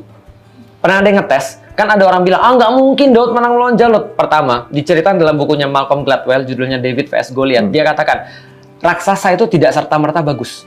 Karena kelemahan seseorang itu ada pada kekuatannya. Kekuatan dia adalah dia gede, besar badannya, itu penderita gigantisme. Dan juga jadi, jadi target gampang. Target gampang, lamban, dan biasanya gigantisme itu matanya rabun. Maka kemudian kelemahannya itu nggak bisa melihat dengan jelas. Makanya batu itu kena sini nih. Kena sini, Mas, kena otak, ya sudah, Mas, pendarahan. Selesai. Nah, itu slinger itu luar biasa tuh. Ini menarik juga, Sat. Ini seperti caranya Sultan Muhammad Al-Fatih mengalahkan Konstantinopel Iya. dengan meriam ada itu adalah the maker-nya adalah orangnya sana. Betul. Nah, jadi jangan salah pilih senjata. Jangan salah pilih senjata. Jadi dia ambil orang terbaiknya kan? Betul. Sama lagi ke meriam juga kan? Nah, jadi untuk mengalahkan lawan nggak selalu harus pakai senjata yang sama. Itu yang pertama. Yang kedua, kalau lawan sudah jatuh, nah baru gunakan senjatanya. Tapi iya, tetap juga kita punya dalil bahwa kita boleh menggunakan apapun selama itu adalah kebaikan. Iya. Itu artinya bukan lu boykot tapi lu nggak konsisten. Nggak gitu konsepnya. Konsepnya adalah bisa dilihat pada seperti ini. Nah, setelah kemudian Daud dan Sulaiman memimpin Mas dengan sangat luar biasa kerajaan-kerajaan itu, lalu kemudian terbagilah dua. Namanya Bani Israel kan ribut mulu Mas. Ya. Setelah terbagi dua, ada kerajaan utara, ada kerajaan selatan. Kerajaan utara itu namanya adalah kerajaan Israel. Kerajaan selatan itu namanya kerajaan Yehuda. Nah, jadi situ sudah ada Yehuda Mas. Kerajaan Israel dan kerajaan Yehuda. Kerajaan Israel ini dipimpin oleh jenderalnya daripada Sulaiman yang nggak mau taat. Dia bukan nggak mau taat, ya dia merasa bahwa kekuasaan harus milik dia. Sedangkan wilayah sebelah selatan, Yehuda, kerajaan Yehuda itu dipimpin sama anaknya Sulaiman.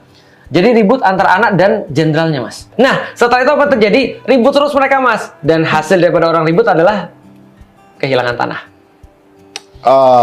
Selalu begitu. Dalam sejarah selalu begitu. Nah, akhirnya siapa yang pertama kali datang? Assyria datang pada tahun 722 sebelum Masehi, menghabisi wilayah sebelah utara. Habis itu utara, tinggal Yehuda yang bawah. Pas mau naklukin Assyria, pas Assyria mau naklukin kerajaan Yehuda, maka ditaklukin Assyria sama Babilonia. Babilonia menaklukkan nanti wilayah bagian selatan pada tahun 597, dibakar habis. Sama Nebukadnezar namanya, Bukhtanasir. Jadi kata Rasulullah ada 4 raja di dunia. Satu Bukhtanasir, satu lagi adalah Namrud, yang satunya adalah Sulaiman, satunya lagi adalah Zulkarnain. Jadi 4 ini dua raja ini, 4 ini 2 baik 2 jahat. Bukhtanasir ini jahat, satu lagi adalah Namrud ini jahat, Sulaiman dan satu lagi Zulkarnain ini adalah baik. Tapi Bukhtanasir itu Nebukadnezar. Oh. Nah, dan lucunya adalah ternyata Firaun nggak termasuk loh, Mas. Jadi dia sebenarnya nggak gede-gede amat ya? Firaun nggak gede-gede menurut Rasulullah. Karena raja itu cuma 4 yang disebut Rasulullah. Saya sekarang belum tahu Zulkarnain itu siapa. Zulkarnain belum ada yang tahu siapa. Belum tahu ya. Belum Tapi tahu. padahal besar ya. Besar.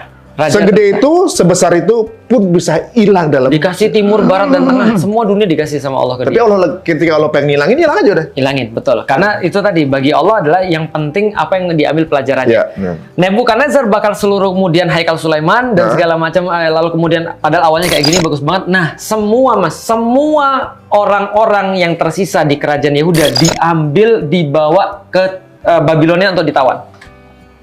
Semua, Mas.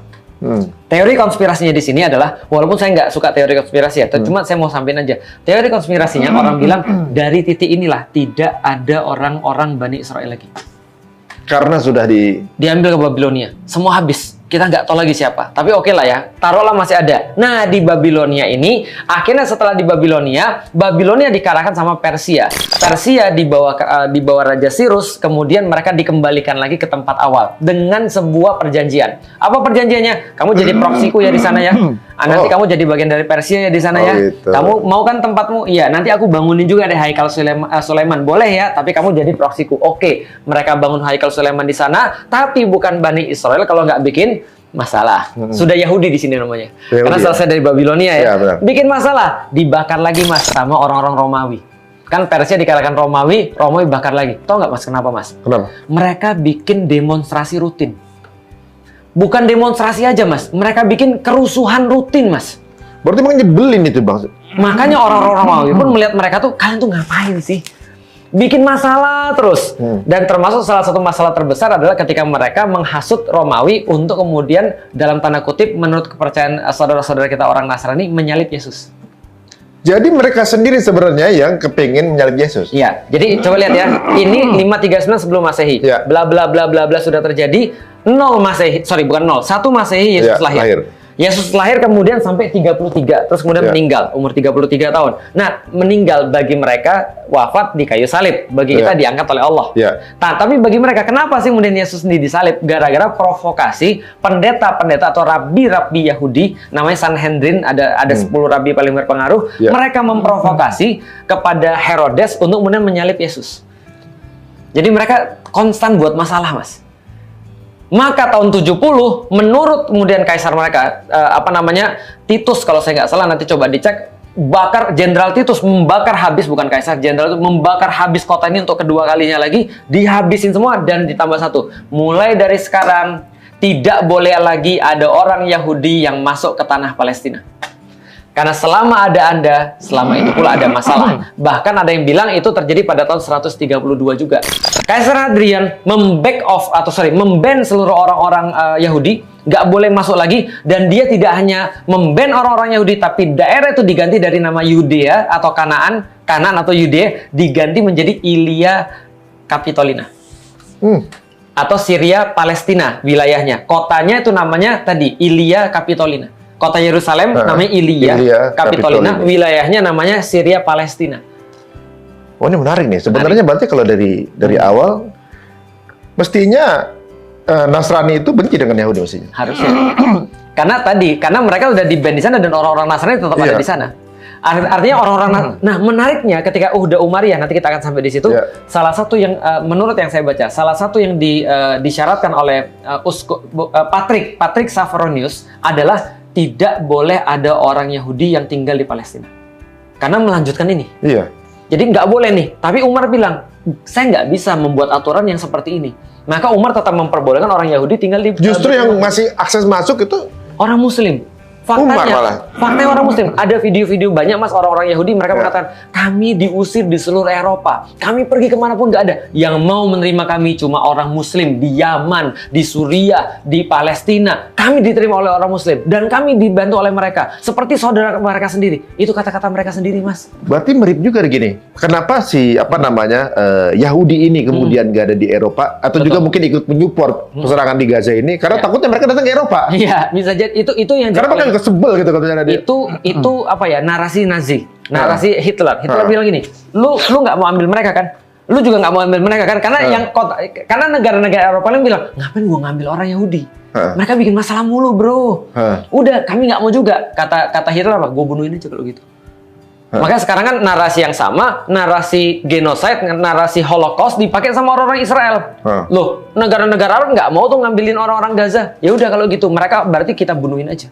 Lah sama kayak mereka kemarin. Jadi mereka tuh gini mas, Yahudi itu atau Bani Israel dulu, ketika mereka tinggal di satu tempat, mereka nyerap budaya di situ dan agama kekayaan di situ. Tinggal di Mesir terpengaruh, tinggal di Babilonia terpengaruh, sihir dan segala macam. Nah itu kerjaan mereka tuh begitu. Pergi ke tempat lain ambil buruk-buruknya dan segala macam. Nah ini kejadian. Nah setelah kemudian diganti jadi Syria Palestina sama Kaisar Hadrian tadi, Kaisar Hadrian bilang oke, kalau gitu kita ban orang-orang Yahudi, nggak boleh lagi masuk. Kenapa? Mereka selalu bikin masalah. Masalah terakhir itu pemberontakan besar sekali dan itu sulit sekali dipadamkan dan akhirnya mereka diusir. Setelah diusir mereka melakukan sebuah diaspora. Ini diaspora orang Yahudi. Jadi kalau kita lihat yang warna hijau itu adalah ketika diasingkan ke Babilonia. Sedangkan yang lain itu adalah dari tahun 70 sampai tahun 300. Yang lain-lain yang warna itu terjadi dari tahun 70. Berarti kemana-mana ya sebenarnya. Kemana-mana mas. Irlandia, mereka pergi ke Spanyol, ke Maroko. Makanya banyak orang Maroko Yahudi mas. Mereka pergi ke Eropa dan segala macam. Itu semua mereka pergi semua. Dan mereka membentuk komunitas-komunitas di sana. Nah, ini terjadi pada tahun 70 sampai 300. Diaspora mana-mana. Sampai akhirnya dengan izin Allah, akhirnya Muslim Muslim membuka Baitul Maqdis. Kenapa saya katakan tidak penaklukan? Karena kita tidak pernah melakukan perang di situ. Yang terjadi adalah pengepungan oleh pasukan kaum muslimin. Karena mereka tahu mereka harus menjaga kota ini tetap damai. Nggak boleh ada pertumpahan darah. Sedikit pun. Maka cuma dikepung aja di situ. Terus kemudian setelah sendiri. Ya udah, kami sudah siap menyerah. Oke, siap. Berapa lama dikepung? Dikepung sekitar 1 tahun. Ada yang bilang 6 bulan. Ada yang bilang 1 tahun ya, nggak jauh lah ya. Nah terus kemudian Patrick Safronius bilang, aku cuma mau menyerahkan kunci ini pada pemimpin kaum muslimin. Maka Umar dipanggil. Karena Umar memang udah ngarap. Orang ini adalah proyeknya Rasulullah. Dan ini selesainya di zaman Umar. Kehormatan banget. Umar datang ke sana, Patrick bilang, bener, ini adalah orang yang layak menjaga Baitul Maqdis. Yang waktu datang sama keledai itu? Ya, tapi itu ada yang bilang ceritanya doif ya. Tapi yang setidaknya Safronius bilang ini benar-benar orang yang akan menjaga Baitul Maqdis. Kenapa? Karena dia sederhana sekali. Maka kemudian dia serahin kuncinya ini gerbang kota. Artinya ini kepemilikan tanah ini mas. Lihat ya kalau orang bilang ini punya siapa? Yahudi diusir sama Buktanasir, Nebukadnezar ke Babilonia. Kemudian balik lagi di masa Persia. Diusir lagi sama Romawi. Romawi menyerahkan itu secara damai kepada kaum muslimin.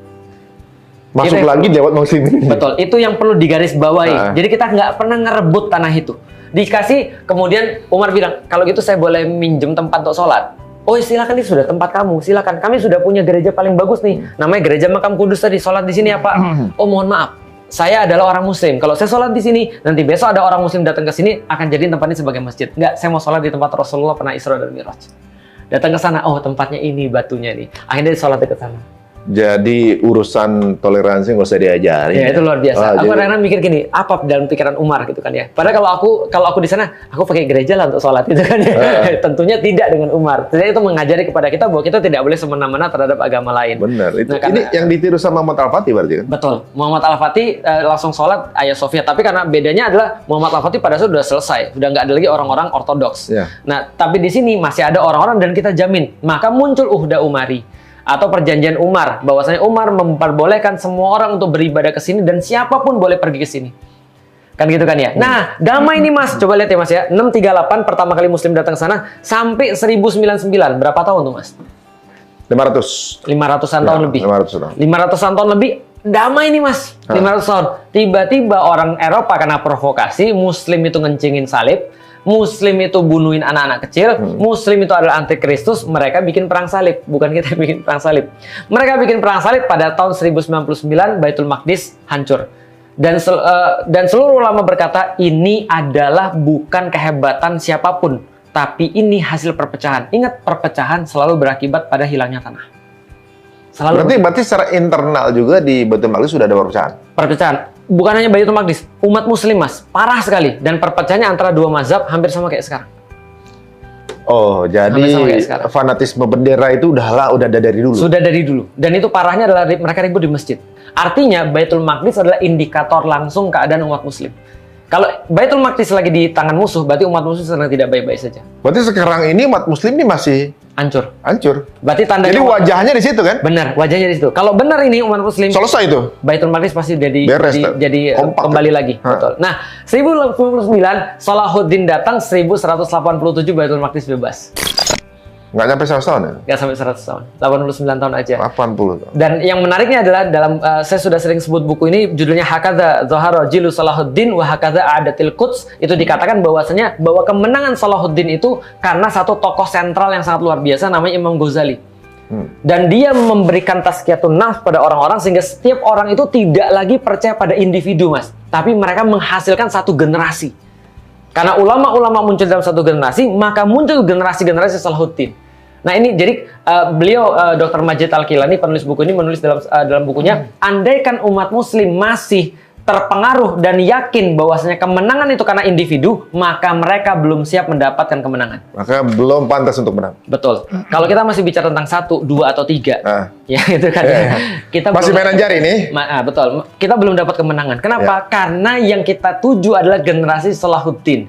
Ustadz, bukannya tokoh itu penting. Tokoh itu penting, tapi masalahnya tokoh itu nggak akan bisa berbuat apa-apa kalau nggak ada generasinya ini. Nah, jadi generasinya ini harus jadi fokus kita. Nah, kalau sudah generasinya benar, manapun yang dipilih, itu kita memilih di antara yang terbaik. Berarti sebenarnya di zaman Salahuddin Al-Ayyubi berarti generasi terbaik. Dan Salahuddin itu yang kemudian paling pantas sebagai juru bicaranya. Betul. Tapi masalahnya adalah Salahuddin itu adalah yang menjadi pemuncak daripada generasi itu. Tapi kita nggak pernah tahu dari siapa. Karena Salahuddin ini tidak diunggulkan untuk jadi pembebas Konstantinopel, Mas.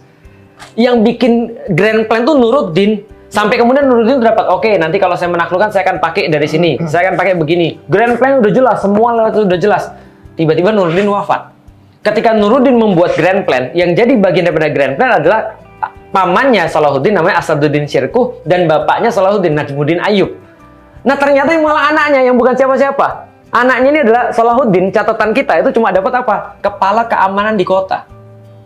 Satpam Mas, kepala satpam Mas, kepala keamanan loh, sis kamling loh Mas kepalanya itu loh. Insyaallah. Tapi ini orang soleh yang kemudian yang ada pada generasi yang soleh. Dan ketika dia beberapa kali kita baca dalam sejarah, dia tuh juga orangnya kayak gini, low profile. Asaduddin bilang, Salahuddin ayo ikut saya. Siap paman, kamu jaga di sini. Ya janganlah, masa saya? Kamu juga ikut dong ini. Dan dia berada di tempat yang tepat, di saat yang tepat, dan mewarisi sebuah pemuncak daripada generasi yang tepat. Itu Salahuddin tuh. Keren Nah, banget. jadi Salahuddin tuh kalau aku lihat ya, orang bahas Salahuddin, tapi nggak bahas Nuruddin itu nggak fair menurutku. Sebenarnya mastermind-nya berarti Nuruddin Zanki. Tapi Nuruddin Zanki ini punya bapak namanya Imaduddin Zanki. Ini juga orang Imaduddin hebat. Zanki lebih Ini master juga plan lagi hebat. tuh. Nah, ini semua ada satu generasi. Jadi kita nggak bahas hanya individu. Oh, jadi Baitul Maqdis bisa direbut lagi. Berarti ada satu pola edukasi generasi yang terstruktur. Itu yang dilakukan oleh Rasulullah, sehingga bukan Rasulullah yang menyebabkan bebasnya, bukan Rasulullah yang menjadi pembebas Baitul Maqdis, tapi Umar. Tapi generasinya sama, bukan Nuruddin, tapi adalah Salahuddin Al-Ayyubi. Karena siapapun yang terjadi pembebas itu sudah pantas, Mas, karena best of the best. Kita hanya milih di antara yang terbaik, bukan memilih di antara yang terburuk. Semuanya bagus itu ibaratnya. Betul, bukan memilih di antara yang terburuk. Berarti kalau si Salahuddin ini di Umayyah apa di Abbasiyah? Salahuddin itu di kekhilafan 1000 Abbasiyah. Abbasiyah ya, Abbasiyah, betul. Nah, jadi setelah itu damai lagi, Mas.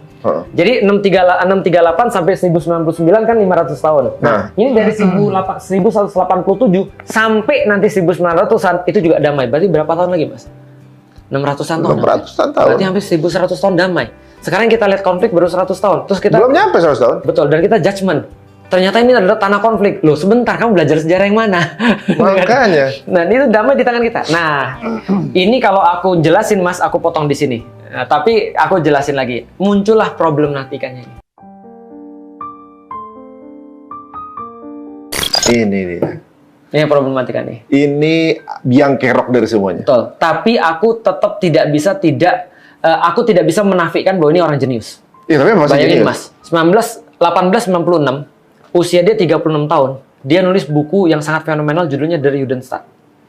Di zaman itu dia udah punya pola pemikiran begini. 36 tahun. Kita diusirin di mana-mana. Gimana kalau kita buat konsep supaya kita nggak diusir? Kita harus punya negara. Itu radikal banget, Mas. Berarti dia sebenarnya juga adalah seperti Salahuddinnya dari versi Islam. Benar. Berarti bukan dia juga ini sebenarnya mastermind behind-nya. Benar. Ada orang yang lebih besar, di belakangnya lagi, mastermind-nya lagi, yang punya konsep yang lebih besar, yang kemudian terpenetrasi, tarbiyahnya, keluarlah ini orang. Berarti semua pola dari semuanya adalah edukasi sebenarnya. Benar, edukasi. Perubahan pemikiran sebelum kenyataan. Dia punya cita-cita, dan cita-cita dia diketawain orang, Mas. Kalau zaman sekarang umat muslim pengen diatur oleh syariat Islam, memang udah kejadian sebelumnya.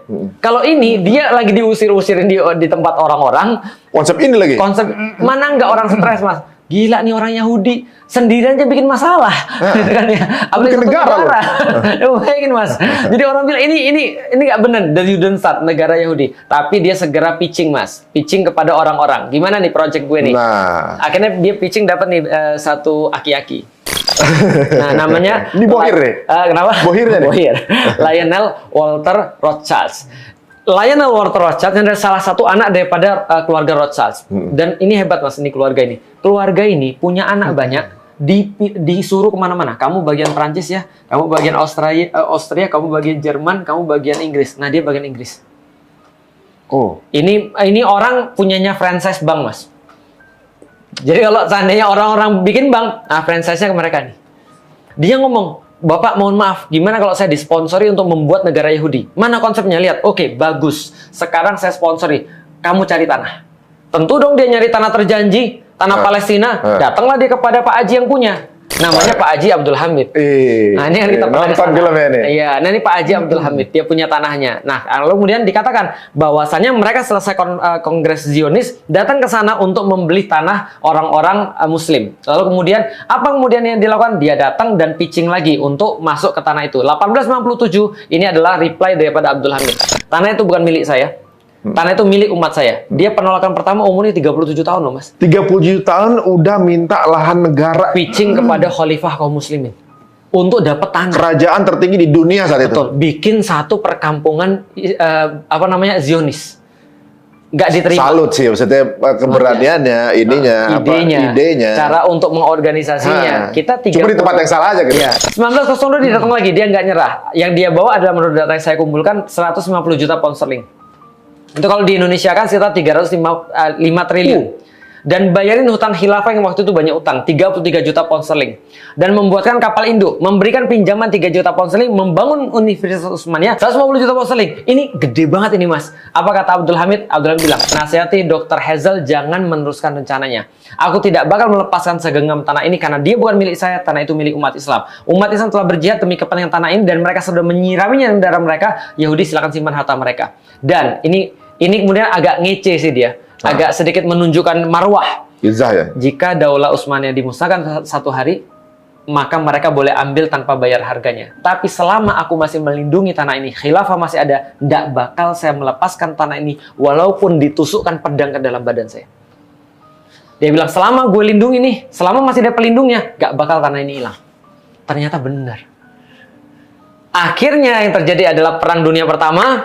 Kita sudah tahu ini terjadi. Waktu itu Utsmani secara terpaksa berkoalisi dengan blok sentral Jerman, lantas kalah. Ketika kalah, maka kemudian dibagi-bagilah wilayah khilafah pada tahun 1916 oleh Sykes dan Picot. Dan waktu itu wilayah Palestina jadi wilayah bersama, tapi dikuasai oleh Inggris. Nah, tadinya wilayah Islam dilindungi oleh Islam, sekarang jadi wilayahnya Inggris. Langsung ditelepon bapak ini, mohon maaf Pak, ini sudah kita kuasai. Oke, saya telepon Menteri Luar Negeri. Dia telepon Menteri Luar Negeri, langsung di lobi. Setelah di lobi langsung dapat deklarasi Balfour. 1917 tahun depannya. Iya. Nah, dapat ini bisa kita lihat sendiri ya. Artinya adalah apa? Artinya ya kira-kira kayak begini nih. Pokoknya sistematis banget ya. Banget. Secara konstitusional. Iya. Ya. Langsung jadi, secara bapaknya ngasih ke anaknya. Bukan. Dari Inggris ngasih kepada Lord Rothschild untuk diberikan pada Zionis. Coba bayangin Mas, jadi Inggris itu dari dulu sudah jadi sebuah sudah jadi sebuah mediator untuk menyerahkan tanah orang kepada organisasi Zionis. Coba bayangin Mas. Karena dia nggak punya hak untuk itu mestinya. Harusnya nggak punya hak dong. Orang bilang itu kan tanah perang udah hilang. Loh, tetap nggak bisa. Walaupun dikatakan perang, walaupun sudah dikuasai, itu nggak bisa. Kenapa? Di situ ada orang masalahnya. Kan saya sering bilang gini, enggak Ustadz itu udah jadi tanahnya Inggris, itu berarti haknya dia. Aku bilang gini, coba bayangin ya, aku punya istri.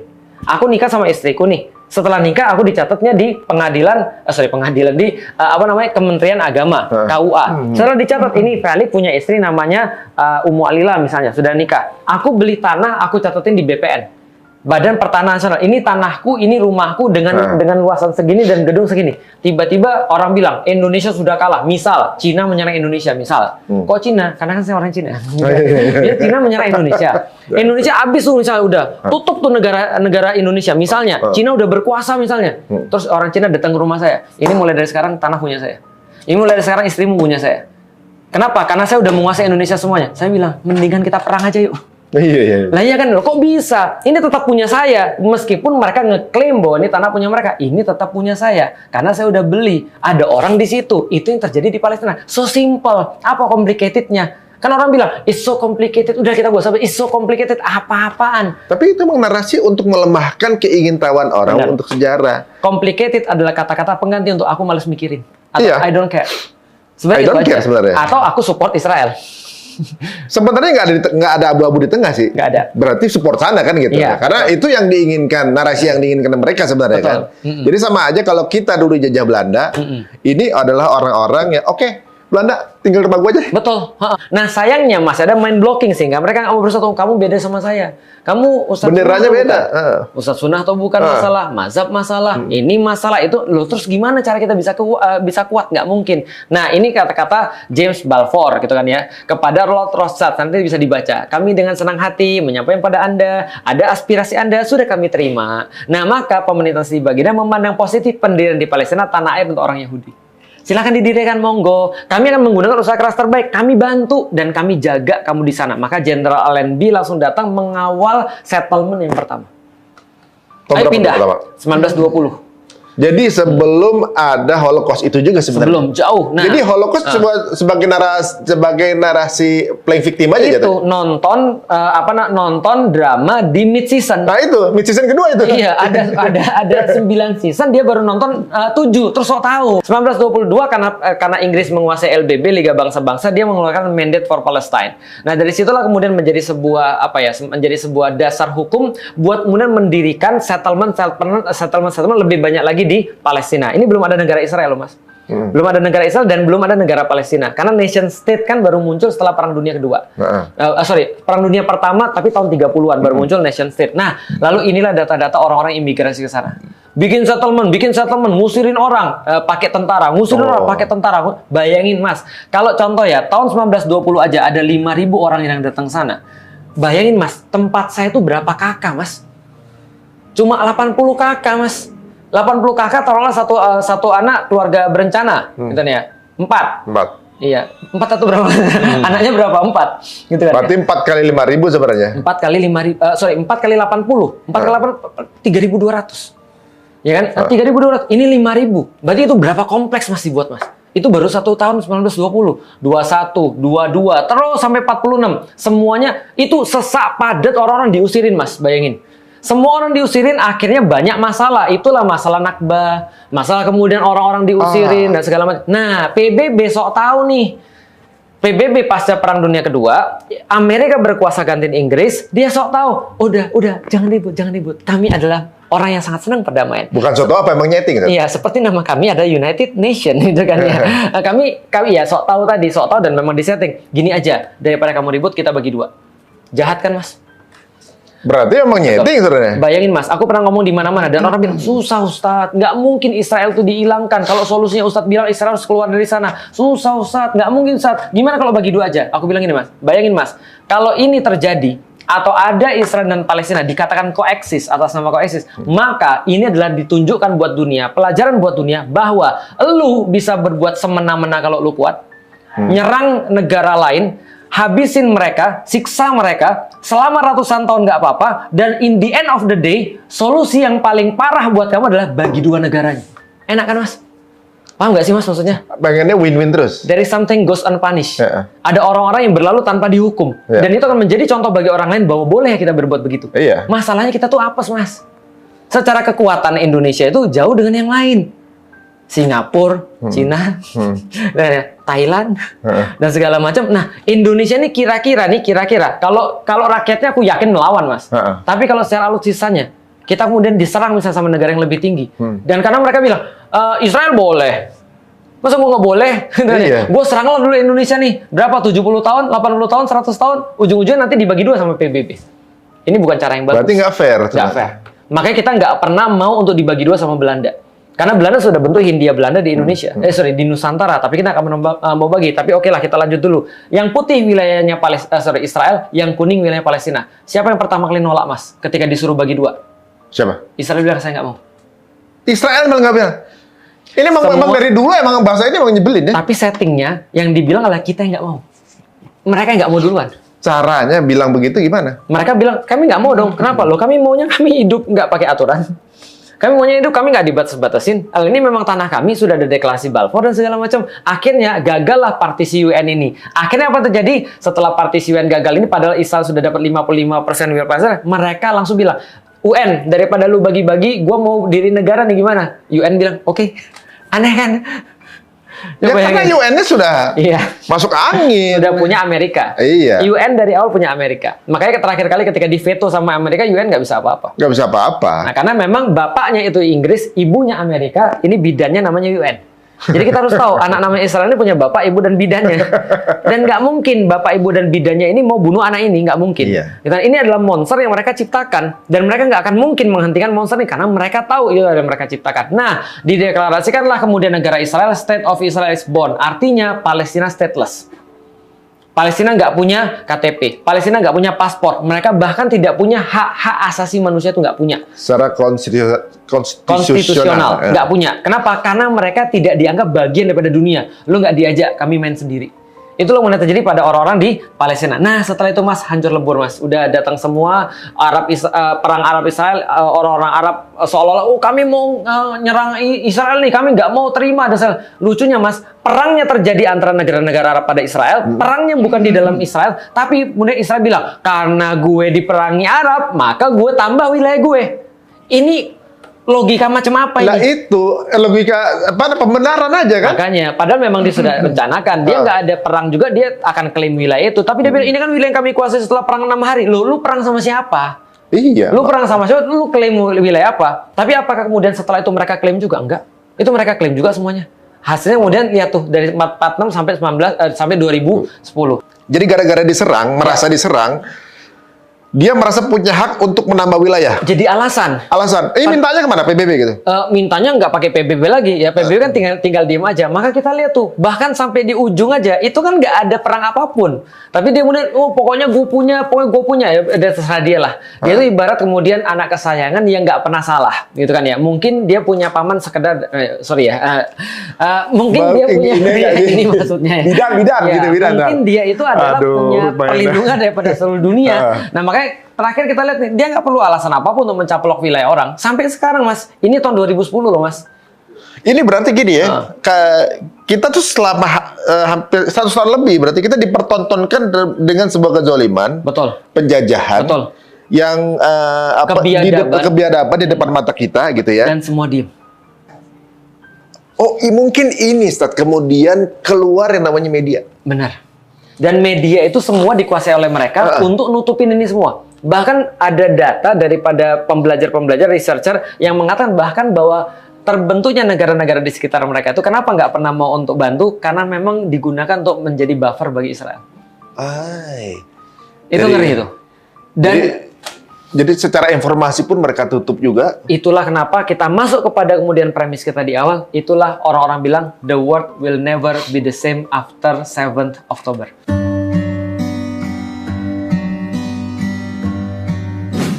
Justru terbukanya justru dengan media yang Antum mereka... bayangin, Mas. Antum bayangin ya. Kalau seandainya seorang samurai, seorang samurai punya katana terbaik yang dia buat, dia asah dan dia siapkan untuk kemudian berperang, tiba-tiba katananya patah. Itu persis kayak orang Israel sekarang. Frustasi nih. Dia menyiapkan media, nguasain media, ngatur story orang, ngatur narasi orang, dan semua orang nggak ada yang berani ngomong dan nggak ada satupun yang berani nyenggol, dan tiba-tiba 2023 bubar. Semua konsep yang rapi habisnya. Aku merinding nih. Kenapa? Karena ada orang ngomong gini, gila. Sebegitu hebatnya media barat. Ini orang yang ngomong bukan orang muslim. Media barat mau membuat citra orang muslim tuh orang-orang kayak teroris. Penuh kekerasan. Dihancurin oleh seorang kakek-kakek yang nyiumin cucunya yang meninggal. Iya. Dan itu bukan cuma satu-satunya. Yang anak bayi geter, orang langsung mualaf.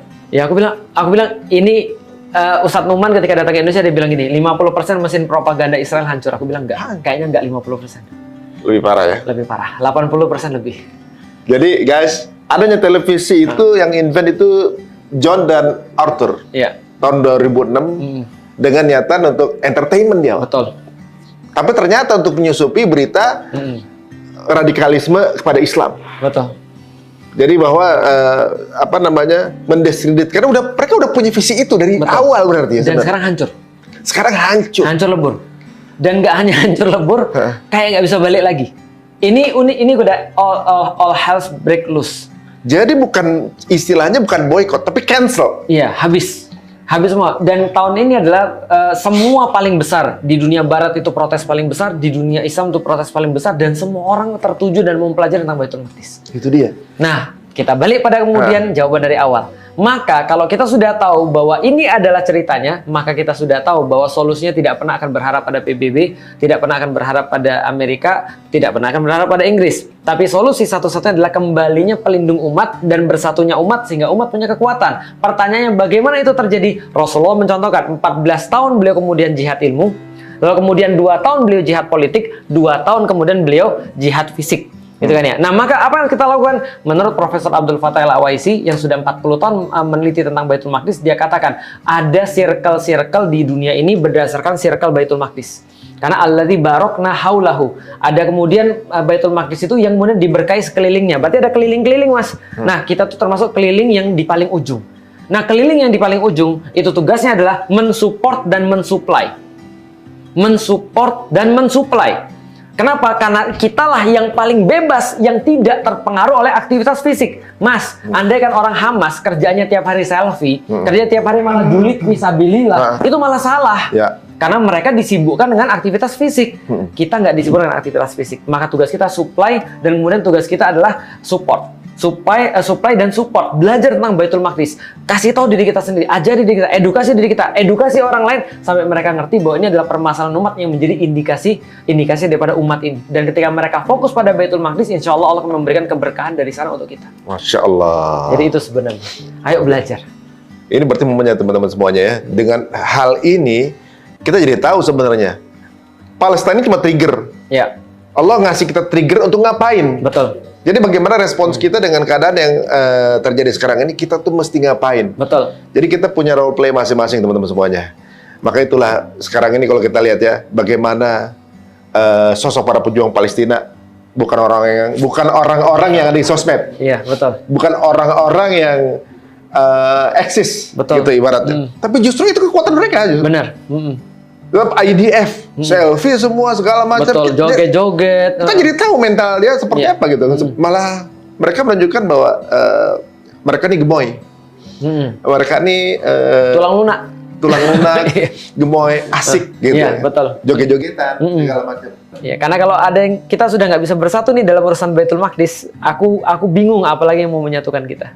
Bagaimana pandangan antum kalau ada yang melemahkan perjuangan ini? Itu banyak di sekelilingku juga banyak, itu kan ya orang-orang walaupun dia dikatakan berilmu juga banyak, tapi aku selalu berkata bahwa kita itu meniru Nabi Yusuf yang sudah diceritakan. Nabi Yusuf itu perlu 11 saudaranya yang lain untuk menjadikan mimpi itu terbukti. Artinya kita punya mimpi nih, itu kan ya. Kan Allah kan bilang nanti kamu akan ada matahari, ada bulan dan 11 bintang-bintang bersujud kepada kamu. Dia sudah tahu itu kejadiannya apa. Maka kalau dia nggak mau maafin saudara-saudaranya dia, itu mimpi Allah nggak akan terjadi. Maka kita harus legowo pada siapapun, walaupun dia menyakiti kita, walaupun dia kemudian nggak setuju dengan kita pada hari ini, besok Allah akan menjadikan kita sama dia jadi satu. Keren banget saat itu. Ya. Insya Allah. Ada rasa dalam hati juga masih kesel gitu. Iya, nggak apa-apa. Kesel wajar. Emang Yusuf nggak kesel? Kesel juga. Kita juga sering disalahpahamkan ke depan dulu kan. Betul. Gimana segala macam gitu. Pernah sama saudara sendiri. Betul, sering. Itu bang asal proses. Iya, wasbir nafsaka ma'alladzina yad'una rabbahum bil ghadati wal asyi yuriduna wajhah. Sabar-sabar sama orang-orang yang berdakwah di jalan Allah. Karena mungkin Allah kayak mau bilang sabar karena mereka bisa jadi lebih nyebelin daripada orang yang nggak dakwah.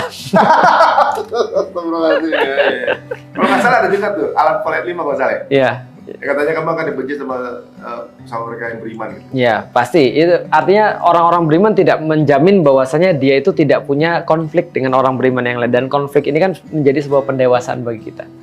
Masya Allah, guys. Ini mind blowing. Allah udah bilang bahwa Palestina akan merdeka. Nanti kita akan menang. Kalau sutradaranya udah bilang akan menang, masa kita nggak mau ikutan main? Benar. Ayo, lakukan apa yang menurut teman-teman, partnya teman-teman, role play seperti apa. Kalau Ya. sekarang mungkin baru bisanya Juli, ya udah. Gitu. Iya. Itu baru Nikmatilah. Nikmatilah dulu. Satu lagi. Boleh. Apa benar suatu saat nanti kita ini akan dibagikan di Tanah Syam? Ya, Tanah Syam itu adalah menurut salah satu hadis adalah Ardul Mangsyar wal Mahsyar. Atau terbalik ya, atau dibalik Ardul Mahsyar wal Mangsyar. Tapi Palestina atau Tanah Syam adalah tempat berpencar dan tempat kembali, kata Rasulullah.